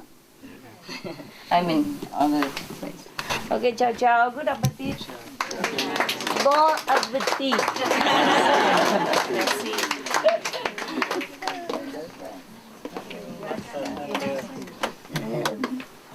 La française. Les Parisiens. C'est bon. Yes. Oh, I'm going to have my breakfast now. Anybody prepare already? Yes. Okay. You guys don't come in and just sit here working like that all day? No. That was the use of coming here.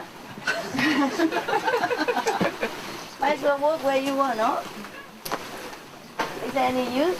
Or you can see me from your computer. 3D. Yeah? This is 4D, but that's 3D. It's better than no D. No? Oh well, I feel sorry for you. If you come here and just work, and what's the use? Huh? Any use?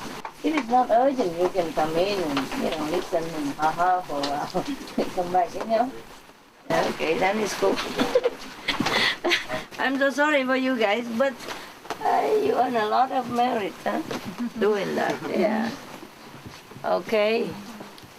Wow, where are you going? You going out there? Working, right? 有翻译吗？没有。一个坐在能够翻译的地方啊？Anybody 翻译给这些人听？有没有人翻译？ Oh dear.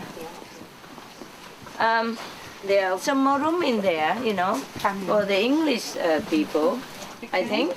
Yes. The one who hasn't been there, of course, go there, and the one who has been there but still has room and still understand English, then may come in. Yeah? Thank you.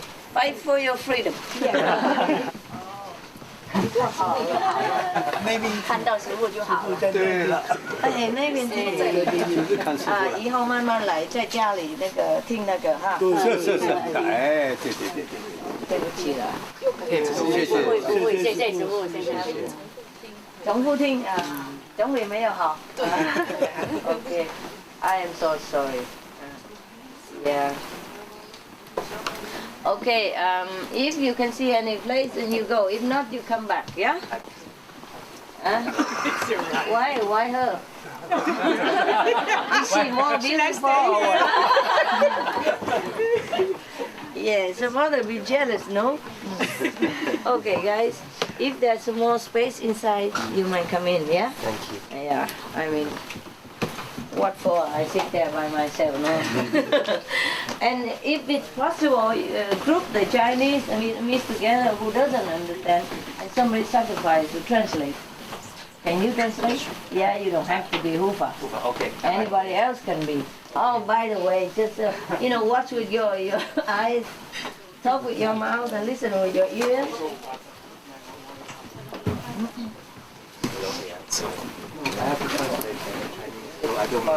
It smells so fresh.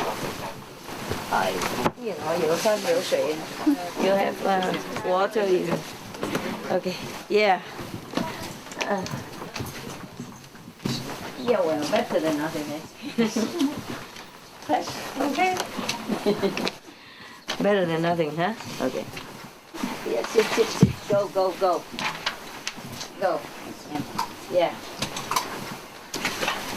Anybody outside, listen, if you are a Hufa, but you understand English and you can translate, you can hear it from outside or not? No, huh?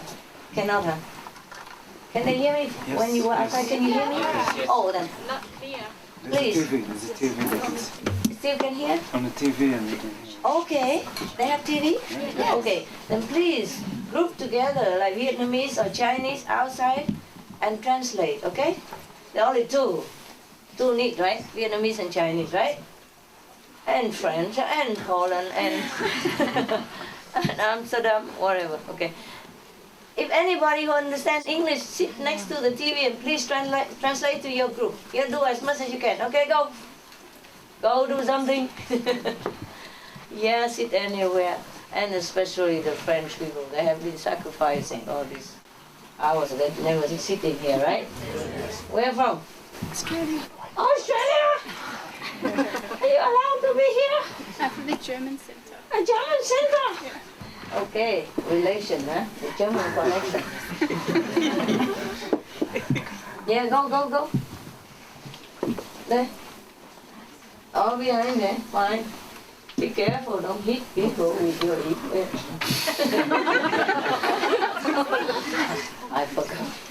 I should not offend you, the great people, the heroes of the age, the saviors of mankind. Womankind. Yeah, how come they're not afraid to offend us? You know, the mothers of all nations. Our space occupied? Any more space empty? No? One person. One person? For one brother. One brother! Skinny one, please. Skinny one! Cannot weigh more than 50 kilograms. Oh, look at that. I just opened a joke book, just by chance, and here it comes. We come in peace for all mankind. Talking about, equality, yeah? Go inside. Huh? You're not going? Yes. Go. Both of you can still squeeze in the Westerner. Come in.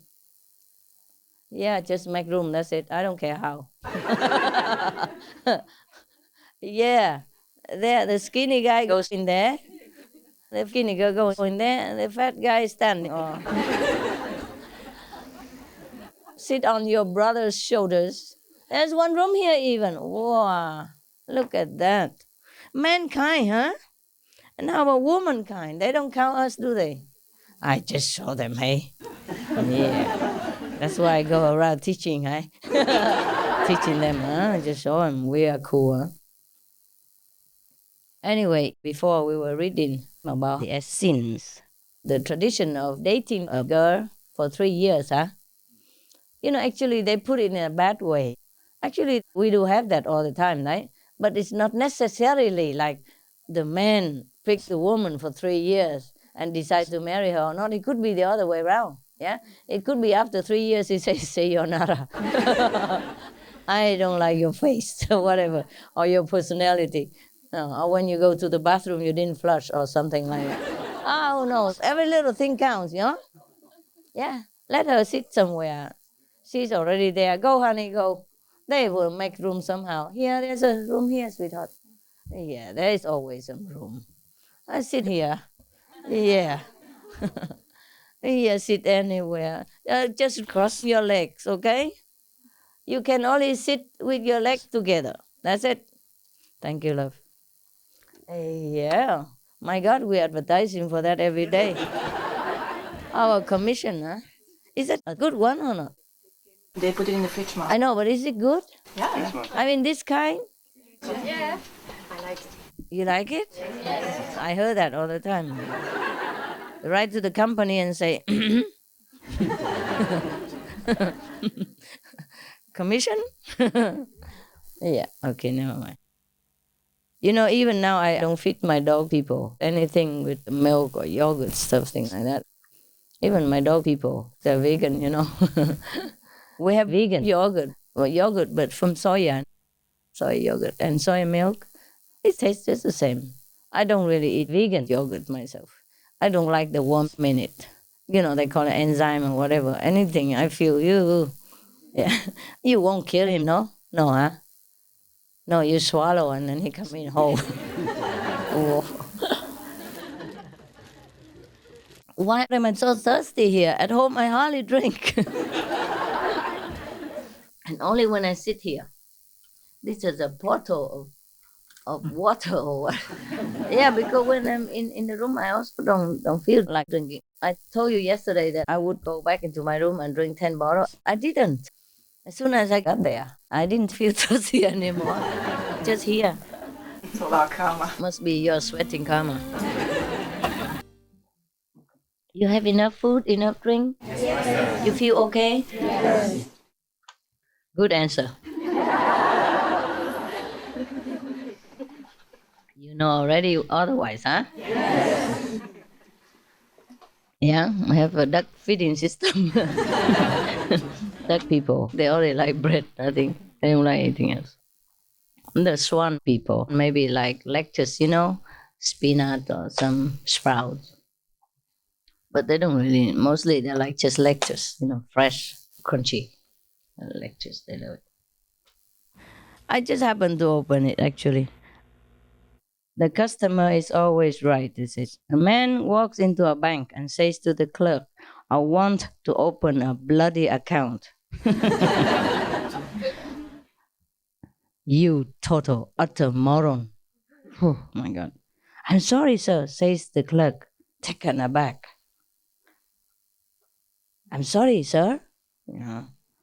What do you mean? So the customer says, I said I want to open a bloody account, you dim-witted fool. Offended very much by the attitude of the man, the clerk warns the customer that he doesn't have to put up with this sort of abuse and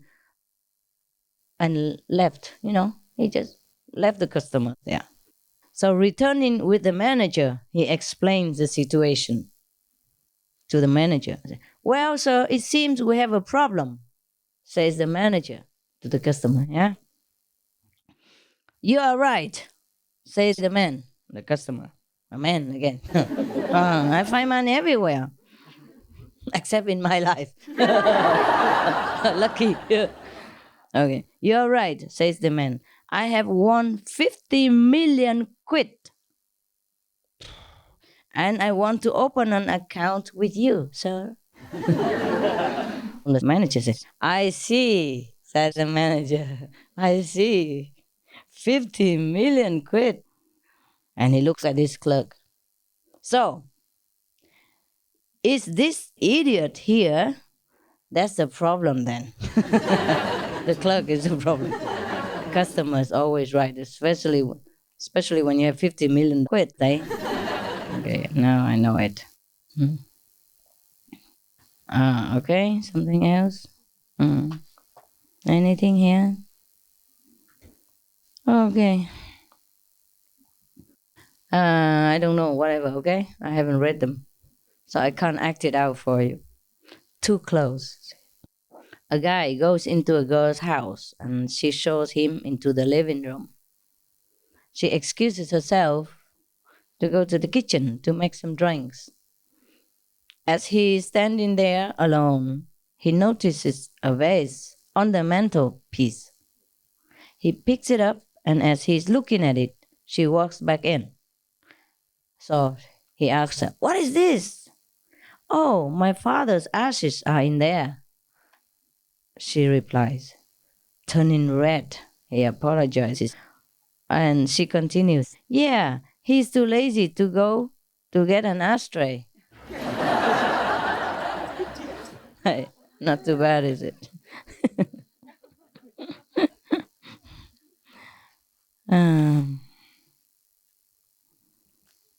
They say works like a charm. A man approaches a beautiful woman in a supermarket and asks her, I've lost my wife here in a supermarket. Can you please talk to me for a few minutes? Why? The woman asks him. Oh, because every time I talk to a beautiful woman, my wife will appear out of nowhere.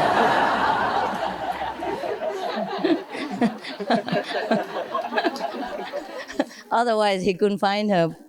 Yeah, it happens, huh? It's possible. Yeah. There's another one for the feminists like us, okay? They talk about men all the time. There's one for women here. Can't complain.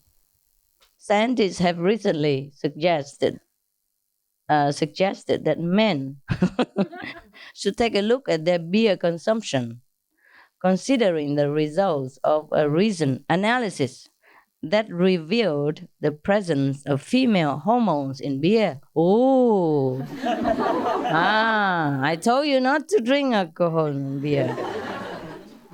Otherwise, you all go out walking like this. Hello. What is the lipstick that you put on there? Can I borrow? All right, so no beer drinking, according to the scientists of this book, okay? Of this book. So the theory is that drinking beer makes a man turn into a woman. Oh, how? Even if they try, how? Something might be missing, huh? Okay, to test. Okay, laugh it out, I don't care. To test the finding, whether it's true or not, 100 men were fed 6 pints of lager each. It meant for a long time, huh? It was then observed that 100% of the men gained weight, talked excessively without making sense, became overly emotional. Jeez. Couldn't drive? How did you get here? How did you woman get here? Failed to think rationally, argue over nothing, and refused to apologize when wrong. No further testing is planned. I don't believe this stuff. Okay, I read this one. Okay. I hope it's not another feminist. Are we really like that, men? I mean, from the man's point of view. I mean, not about me, I mean, woman. No. It's a nonsense. Some woman haters. Crazy beer drinker. Beer drinkers. Drink too much beer and have no more sense, right? Maybe. Oh, talking about banana. There's a joke here. Going bananas. Going bananas. A gorilla walks into a bar and orders a pint of lager. Must be a man bar, no? A man gorilla. The barman, charges him 5 quid, like 5 pounds. And after looking at him for a while, says, "Do you know, you are the first gorilla we have had in here for ages." "I'm not bloody surprised," said the gorilla. Must be an English gorilla. Replied the gorilla, "I'm not bloody surprised. At a $5 a pint, it's too expensive." That's why gorilla don't go and drink. Understand? Just not very good joke. Okay. Meanwhile, we're talking about the system of the man choosing a woman for 3 years and trial, to see if he likes her or not. That is not too bad after all, because maybe the woman won't like him after 3 years. And one more thing, people still do that nowadays anyway, right? They date each other or stay together for a while until they're sure, Yeah. Go in Vietnam before, old time, there's a system called ở rể, means the groom to be go to stay with the parents-in-law or the wife's parents for 3 years. 3 years, yeah? I think 3 years. Right? Vietnamese people? Ở rể 3 năm hả? Dạ, 3 năm. 3 năm. Okay. During these 3 years, you're not supposed to really contact the wife, but they do it anyway with a letter or something. When nobody knows, when they're sleeping. So after the 3 years, if the parents of the girl think that the boy is good enough to marry her, then they would let him. Not like this, the way around, like, After 3 years, if the girl is good enough, he will marry her. It could be the other way around too, yeah? So anyway, it's also a good testing system, no? There are so many systems, huh? Like this. In 3 years, the man must prove himself to be able, strong, good provider, temperate, good mood, good temper, and very diligent, yeah? Oh, that means he can work the heck out of himself. And you never know if the parents will be okay or not okay. Because the parents may be desperate for some helper and pick a guy who is in love with their daughter and make him work for 3 years and get another guy for 3 years.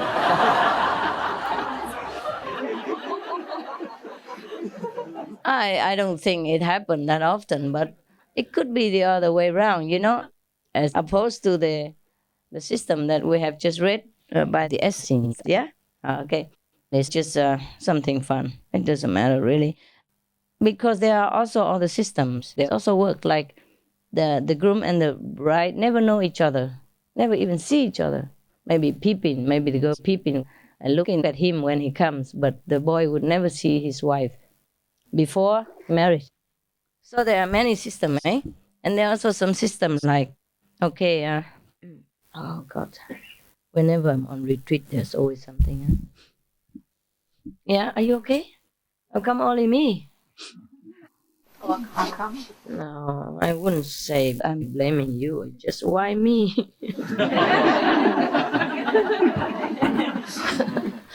Okay, anyway. Where were we? Oh, okay. There's even some systems, some very strange systems. So every system is probably also according to the custom of the situation of the land that they live in. It did not necessarily come from the order of the religion, of that religion. Probably at that time, everybody must marry, and marriage was very highly valued in their custom. So if this order go against the trend of society, they might not be able to survive. Just like you live according to your country's laws, things like that, Yeah. Or obey the ruler of your country, things like that. So they probably incorporate that into their doctrine. So every system is probably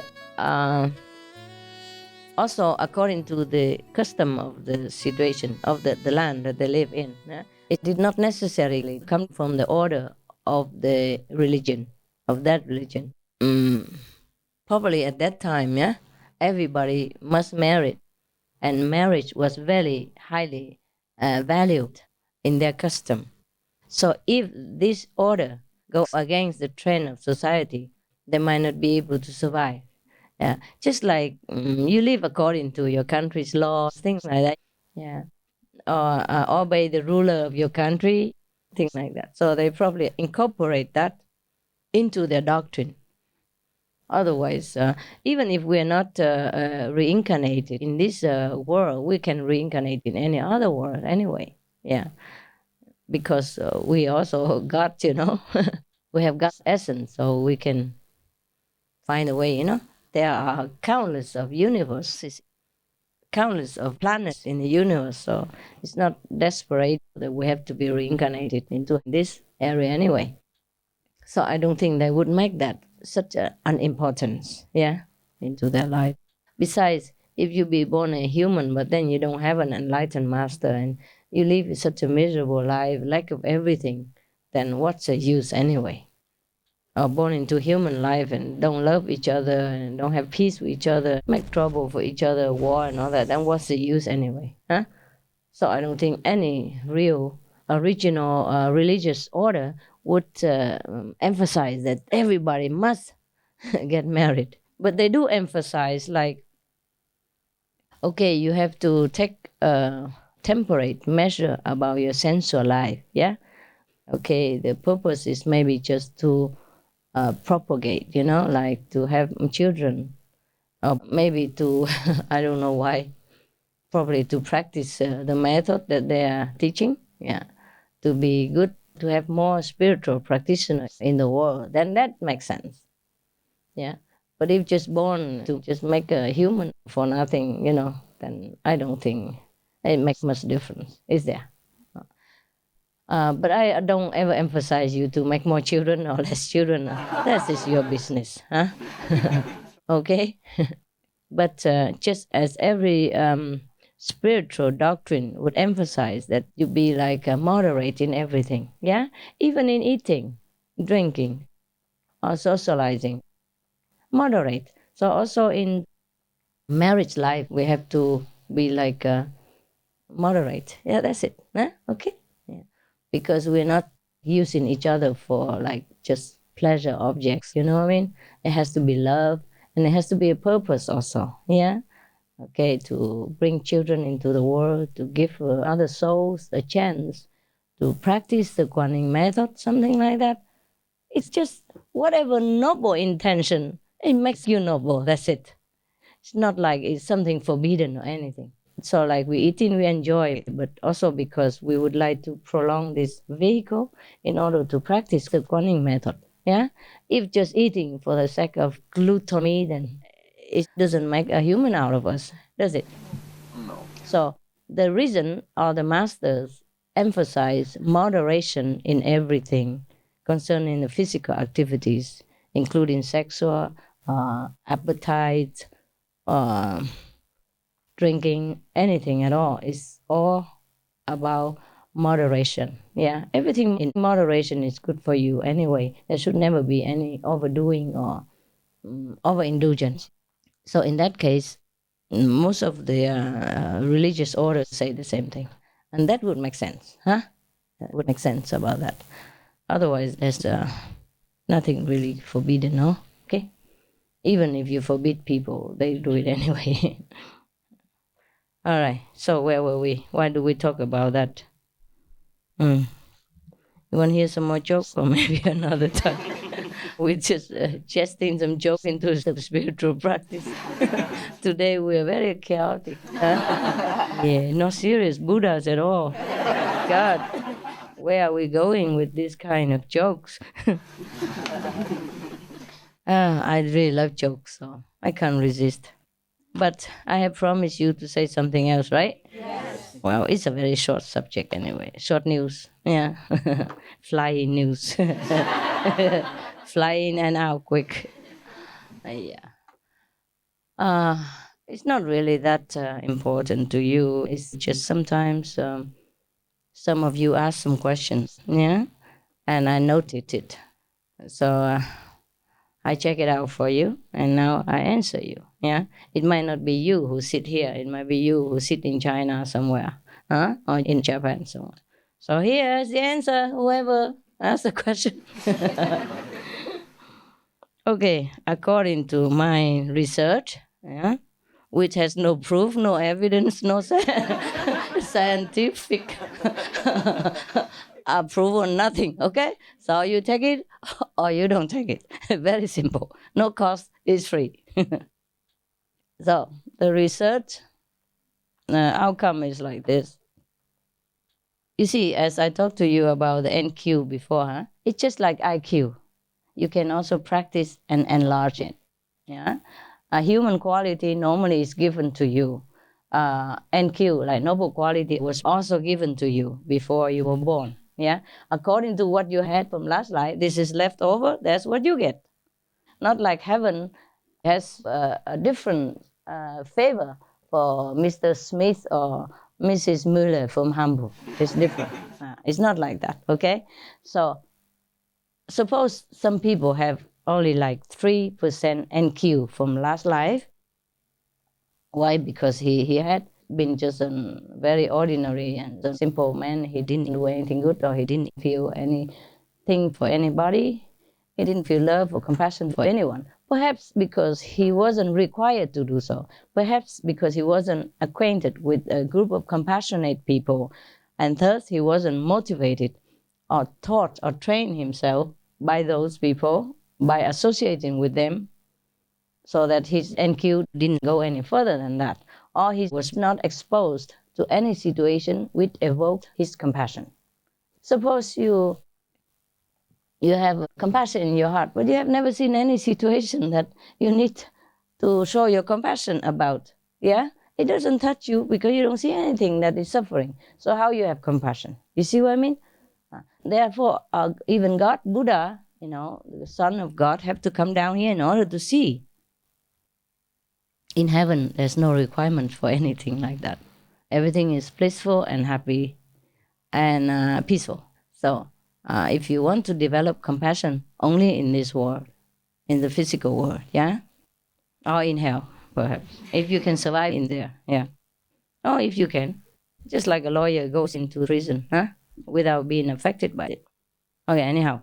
Or suppose that guy or that girl had been in the past like some animal people, like maybe a low NQ animal person, like those who have prey animal people, the predators that they have to kill to survive.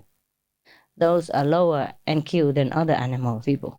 The very peaceful animal people, like the elephant people, for example, they have 30% NQ. Well, one of our most revered religious leaders has about that much. Don't blame him.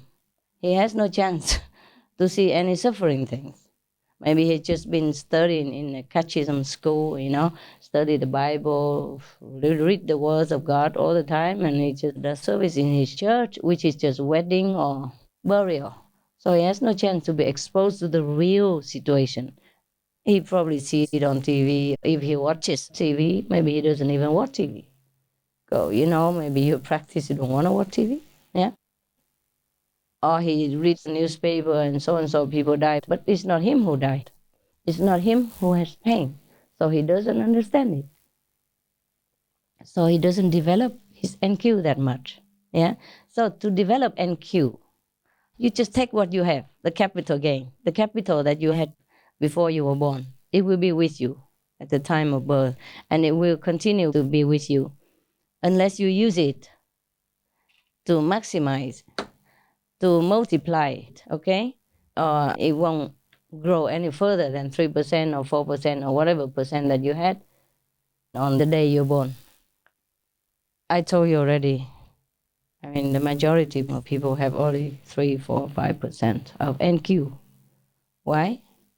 Because that's what they had when they were born. They were born with it, and then they don't have a chance to develop. They can develop. The more you are exposed to the touching sense, of the needy, of the suffering, the more you feel your compassion being touched. And then you want to do something for that person or that animal person or that situation. It's violence! It's not honey! It's violence! Humane meat is alive! Animals do not want to die! And then that's how your NQ grow up, like the interest rates in the bank. You see what I mean? Yes. You can have the capital, just put it in the bank doing nothing, or you can invest it, yeah? You can do business with it, and then it will grow. So HQ and NQ can be developed. It's inborn, but then it can be developed. And like everything else, the more you use it, the more you have it. It's funny. Not like the more you use it, the more you don't have anymore. It's not like that. It's not like money. The more you give, the more you don't have. Yeah, but it's not material things. These things. The more you use, the more you have. So saints are developed from ordinary people. It's like that. It's not like everybody was born with 300% of NQ. Oh, there are such people. Not in our group, except one person. Yeah, for example, in our group we have maximum one person. The maximum at the moment is 60% NQ. Many of you have only 3, 4, 5, 6, 10%, 15, 20, 30%. It's very good already. But you are expanding it. You see, that's the difference. Because you are exposed to the teaching. It's like nourishment for the NQ. If you're exposed to some other different situations, your NQ might even be less or just stand still. Yeah? If you are exposed to noble teachings and you know how to do it, you get about to do it, and then it really becomes real. Maybe first you don't feel so much, but it will become real. Because if you're really touched by the sense of suffering, then you really want to do something. And your love really awakens in your heart. That is when NQ begins to germinate and grow more and more, okay? Yeah, but meanwhile, at least you do something, even if you don't feel so touched. But suppose you exchange the position, like you are that suffering person. What would you like to have? Then it's very clear to you. Yeah? If a person in an earthquake and they injure, of course they need medicine. Or their house is lost, of course they want a tent at least. They want water. They want clothes because they lost everything. Just exchange your position, then you know exactly what to do and how you feel. Even if you don't feel exactly like the person who is affected, you begin to be more identified with each other. You'll be one with each other, and then you will feel more and more what other people feel. You see? But God will put a break somewhere so that you don't suffer too much. Otherwise, if you suffer like everybody else overwhelmingly, then you cannot bear. I mean, the inside feeling, and you cannot bear. Oof. I'm surprised. I'm not really surprised. You know, that the people who people revere a lot, you know, at the top of religious orders, don't have that much NQ. Also not enough, not much HQ, human quality. Because if they are just there from birth or from inheritance, you know, or from tradition, then that doesn't develop their noble quality or compassion. Compassion and noble quality have to be in real life, real action, real exposure to suffering. I mean, not yourself maybe, but to see somebody else suffer, yeah? And then something will be awakened in you, the love that is pure and unconditional, a true love. Then your NQ will develop. Even if you're not doing anything much for that person of suffering, just your sympathy, you know, your desire to do something. Even you cannot do anything, but your desire to do something to lessen the suffering of that person in front of you, that is already a good potential nutrition for your NQ. Yeah? Okay. So do not feel afraid of suffering, or do not feel afraid to help other people, because it's only good for you.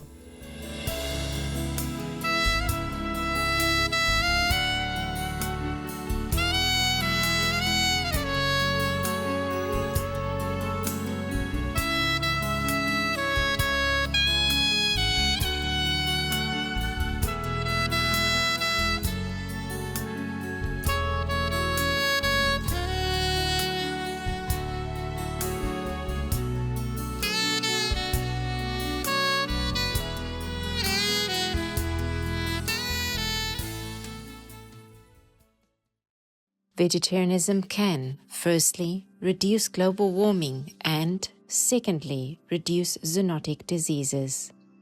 Dr. Lin Ming Nan, MD, MPH, vegetarian.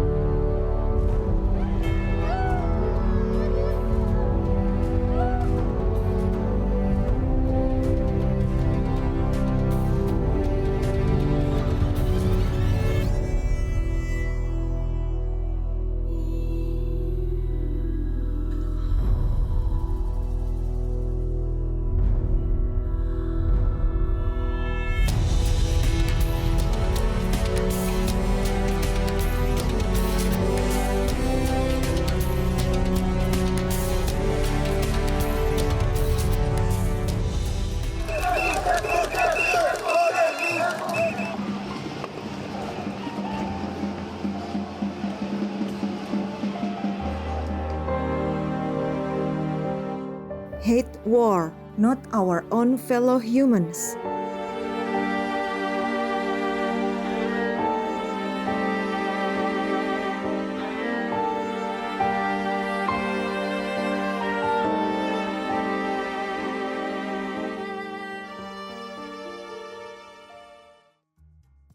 Be vegan. make peace, do good deeds, hell not reach. Our programs offer many languages. Please visit suprememastertv.com/schedule and suprememastertv.com/BMD